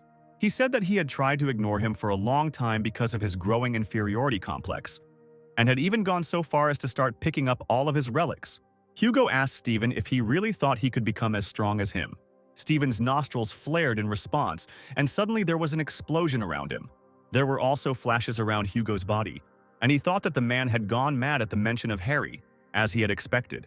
Stephen pulled his hand back to strike the man, his hand shining like a bright flash. And then he grabbed Hugo by the wrist. He squeezed his hand so hard that even the veins stood out. He told him to stop talking nonsense, his eyes flashing with an evil light. and he told him to stop talking nonsense about this weakling. He jerked his hand sharply, breaking Hugo's wrist, and he sternly told him not to dare speak Harry's name in his presence again. His eyes flashed furiously as he said that he had been stronger than him for a long time. But then someone ran out of the elevator, calling out to Stephen, saying that they had problems. The man yelled about the twins branching out and buying up all of Harry's memorabilia, causing Stephen to turn around sharply. He turned back to Hugo and said he didn't have time to mess with him, and he slapped his hand away with a sharp movement. Stephen headed for the exit, telling Hugo to do whatever he wanted with Sophie, to which Hugo exclaimed, "Didn't he come here to save her?" The man replied that the relics were much more important. He needed to get there as quickly as possible. Turning around, he told the archer to choose his words more carefully in the future if he wanted to live longer. Hearing this, Hugo grinned and thanked the man for the advice. And then Stephen left the room, the elevator doors slammed shut. Sophie was still unconscious. The grin fell from Hugo's face and he cursed under his breath. Looking at his injured hand, he thought that the man didn't even consider him a weakling. Meanwhile, the auction was in full swing, and the twin branch made a bid again. The presenter cried out that the lot was once again being taken over by the twins branching. She announced that the first stage of the auction had come to an end, and the second stage would begin immediately after a short break. Harry, who had a number of bottles of alcohol on the table in front of him, happily exclaimed that he had got another lot. Simon, who was sitting in the chair next to him, congratulated the man and said that he could buy himself whatever he wanted. Harry scratched his head and said that the man was too kind because he invited him to the VIP room and bought him everything he asked for. Simon adjusted his glasses and replied that it was the least he could do, and Scott asked him if he was sure, since they had already spent an obscene amount of money. Looking at the guy, the man replied that everything was fine, and then he asked him if he could pay for the alcohol since he had forgotten his card. Scott agreed, but he thought that he had already spent a lot today, but he couldn't object to his boss. But then Harry, holding the card between his two fingers, replied that everything had already been paid for. Noticing the card in the man's hands, Simon checked his pockets and realized it was his card, and he then wondered how he had managed it. Waving the card, Harry said that Simon looked pretty drunk, so he paid in advance. He couldn't make his subordinate pay, could he? In response to this, the bishop replied that he was just about to pay with his card, and he himself thought that the man was still so young and already so rude. Still, he's a damn genius for defeating the Spider Queen, and if he can recruit him, it'll all be a small price to pay. Leaning forward, he said that since they were a little relaxed, they should get to the main topic, and some kind of pink gas appeared in the air. Simon began to talk about how he had high hopes for the man's future, and he thought he had a chance to become an S rank or even higher. Harry didn't listen to him, but thought about the fact that this fog that covered the mind control was practically invisible to anyone, and although the effect was not so strong, it made him trust this idiot more. Simon continued, saying that he could even make him a cardinal. He promised him untold riches, and he also promised him great glory. But, among other things, he promised him the respect of the great leader of the twins. An inspired Simon extended his hand to Harry, offering him the chance to be reborn as a follower of the twins constellation. But in response to this, Harry only laughed loudly. After stopping laughing, the man remarked that he had been laughing too much lately, and then he asked the bishop if this was really what he wanted. Does he really want him to become another one of his worthless god's lackeys? Simon was taken aback by this change of mood and decided that he needed to change the subject as soon as possible, and he said that there had been a misunderstanding. Then someone knocked on the door and announced that the one relic had arrived, and the man turned around happily. And he immediately told the woman to come in, and she opened the door, going inside. Approaching Harry, she handed him the relic on a tray, saying that all the certificates were ready. But then Simon asked in surprise if he had really won Harry's relic. Taking up a gold pendant on a wide chain, Harry replied that he himself had told him to choose anything, even if it was not exactly what he was looking for. Remembering Stephen's obsession, the man nervously ran up to Harry, saying that this relic already had an owner. And at that very moment, a loud explosion broke the door to the room. Everyone present stared at this. As it turned out, it was Stephen. The man angrily asked who dared to touch his relics. Harry turned around and asked if it was Stephen who had laid claim to the relic. Simon hastened to calm Stephen down, saying that their newcomer had made a mistake, but they would immediately return the relic. Stephen folded his arms and replied that he would turn a blind eye to it then. Simon thanked him and quickly agreed to this, and he said that they could pay later. But then the man said that it was thanks to them, because he had not spent a penny on the relic. Simon asked again, to which Stephen chuckled. Grabbing the man's head with one hand, he asked irritably if they really thought they could touch his things with impunity. The bishop stood motionless, thinking that because of this small oversight he wanted to leave them without tens of millions of dollars. But then Harry intervened in the conversation, asking what they were talking about. The man happily said that he had won the auction, so the relic was now his, and if he wanted to take it, he should pay him $200 million. Hearing this, Stephen froze silently, and then he laughed loudly, saying that it seemed that among the twins' branches there were not only cowards, and Simon looked at Harry with a face full of horror. Stephen pushed the bishop away and walked forward, saying that he liked the man. That's what a real man should be like. Coming closer, he asked him why they didn't introduce themselves to each other. Stephen extended his hand to Harry, lightning swirling around him, and he said that he always greeted new acquaintances very warmly. Harry asked him what he was talking about, and he thought that the guy had managed to increase his strength slightly. This is to be expected from the constellation Leo, which specializes in battles. Looking at the man, he thought that he would not calm down until he destroyed someone. Stephen, meanwhile, reached out to the man as if she was about to pounce on a snake. The saint placed his hand on Harry's shoulder, and everything around him lit up with bright flashes. Concerned, Scott called out to Harry. Simon swore quietly and thought that he had indeed provoked him. With a grin on his face, Stephen said he was glad to meet him and hoped the man enjoyed his life in a wheelchair. But then Harry, whose t-shirt was burned under the man's hand, asked him what he was doing. He asked if he was trying to brush dust off his shoulder. Noticing that the man was fine, the saint froze in shock, thinking that the blow had hit the target. He asked him if he had dodged it with teleportation, to which Harry, pushing his hand away, said that he was still as slow-witted as ever. Smiling, he asked the saint if he really thought that the crushing cliff blow that he himself had come up with would work on him. Harry said that the man had sworn to him that he would use this skill for the good of people, but now he used it to boast about his power. Hearing this, Stephen asked the man who he was, and fear spread through his body. But then the auction host exclaimed that the auction would soon be reopened for bids. Stephen was surprised to note that it was already time for the second stage, but Harry was not enthusiastic about it. Stephen pointed his finger at the man and said that he had a lot of questions, but right now there were more important things to do. The saint headed towards the exit, telling him to keep the pendant since he would come back for it. Scott ran up to Harry and asked him if he was okay. Simon thought that even he couldn't dodge the saint's skills. He wondered who this guy really was. The host said that they would start the second stage with the highlight of the auction. She asked if they knew about the Berlin Wolf incident that happened 24 years ago, which was a mystical case of the appearance of a bad luck figure on German territory. It was a real hell, in which even armor and weapons melted. The 12 saints were unable to find a solution, and all their raids ended in failure. But then Harry came along and managed to defeat that invincible monster, and today they had the chance to become the owner of that very relic with which Harry put an end to the monster's existence. Stephen, who had already reached the auction hall, thought that this weapon would finally be his, and he remembered what happened those same 20 years ago. A helicopter was flying over the island. The reporter sitting in it was talking on camera about how right now they were above the island where the Berlin Wolf had appeared. It's been 4 days since Harry, the 13th to awaken, arrived, and no one has come out since then. The situation remains unknown. In order to find out what was happening, several saints tried to enter inside, but were unable to do so due to the overwhelming energy of the island. Stephen was sitting on a stump when a subordinate approached him, saying that they were already at their limit. The man folded his arms, wondering how Harry could have gotten in there when they couldn't even get close. Why does he feel jealous of a guy who wasn't even chosen by the gods?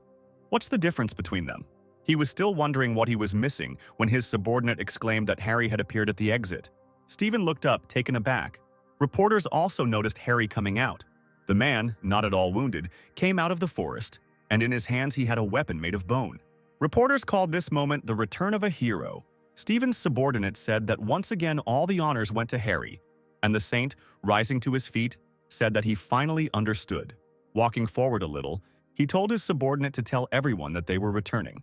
Moving on, Stephen threw away his weapon and the subordinate asked him if he would take it back, to which he replied that he no longer needed it. He said he found something better. Stephen smiled widely, thinking that he had finally found what he had been missing. Meanwhile, the auction host announced that the weapon that was used to defeat the Berlin Wolf would be up for grabs today. Scott and Simon moved closer to the glass. This announcement also surprised Harry. Stephen, meanwhile, was eagerly awaiting the start of the auction, thinking that he would finally get his hands on it. The bone weapons were revealed to all the guests, and Stephen thought that he would finally have Harry's relic, which would make him truly the strongest. Meanwhile, something was happening outside the auction hall and the castle. As it turned out, there was a white dragon sitting on the roof of one of the towers. His eyes turned red as he noticed he could feel her, and he felt Harry's relic, its power. The presenter abruptly folded the cloth that covered the relic and announced that it was the bone of a demonic beast. Exclamations of admiration and surprise began to echo throughout the hall. The presenter asked who would become the owner of this most powerful relic with historical and practical value. Scott and Simon were upset that this relic was put up for auction and that it would go to the Leo constellation, but Harry came closer. He thought about what he had been thinking about all along. But for it to... Harry turned to Scott, but he cried out that now was not the best time. The boy and the bishop began to press themselves against the glass, desperately wanting this relic to be theirs. The presenter announced the starting bid at $1 million. Immediately, there was a noise. People began to actively raise the stakes. Harry was faced with numerous reports that his fame had increased. He asked why everyone was suddenly so alarmed, to which Scott irritably shouted that it was a legendary weapon created by Harry. Turning back to the window, the guy noticed that such a reaction from people was quite expected, but Harry remained irritated and silent. Scott said that no matter what Harry created, it was always of the highest quality, and that's why everyone wants to get their hands on them. He said that this is especially true for the constellation of Leo, Stephen. He is ready to go to the ends of the earth to get them. His incredible power and influence allow him to go as far as he wants. The guy was irritated by the fact that another great creation would become part of the man's collection. All the profits would go to Harry's account, which now belonged to the government, so they could only accept it. Harry heard that all the money would be transferred to his account, and so he sat back, watching with interest as the stakes grew higher and higher. But then Stephen shouted out his billion-dollar bet. As he walked down the stairs, he asked if everyone had heard. He chuckled and repeated that he was buying it for $1 billion, and then he asked if he should raise the bid to $10 billion.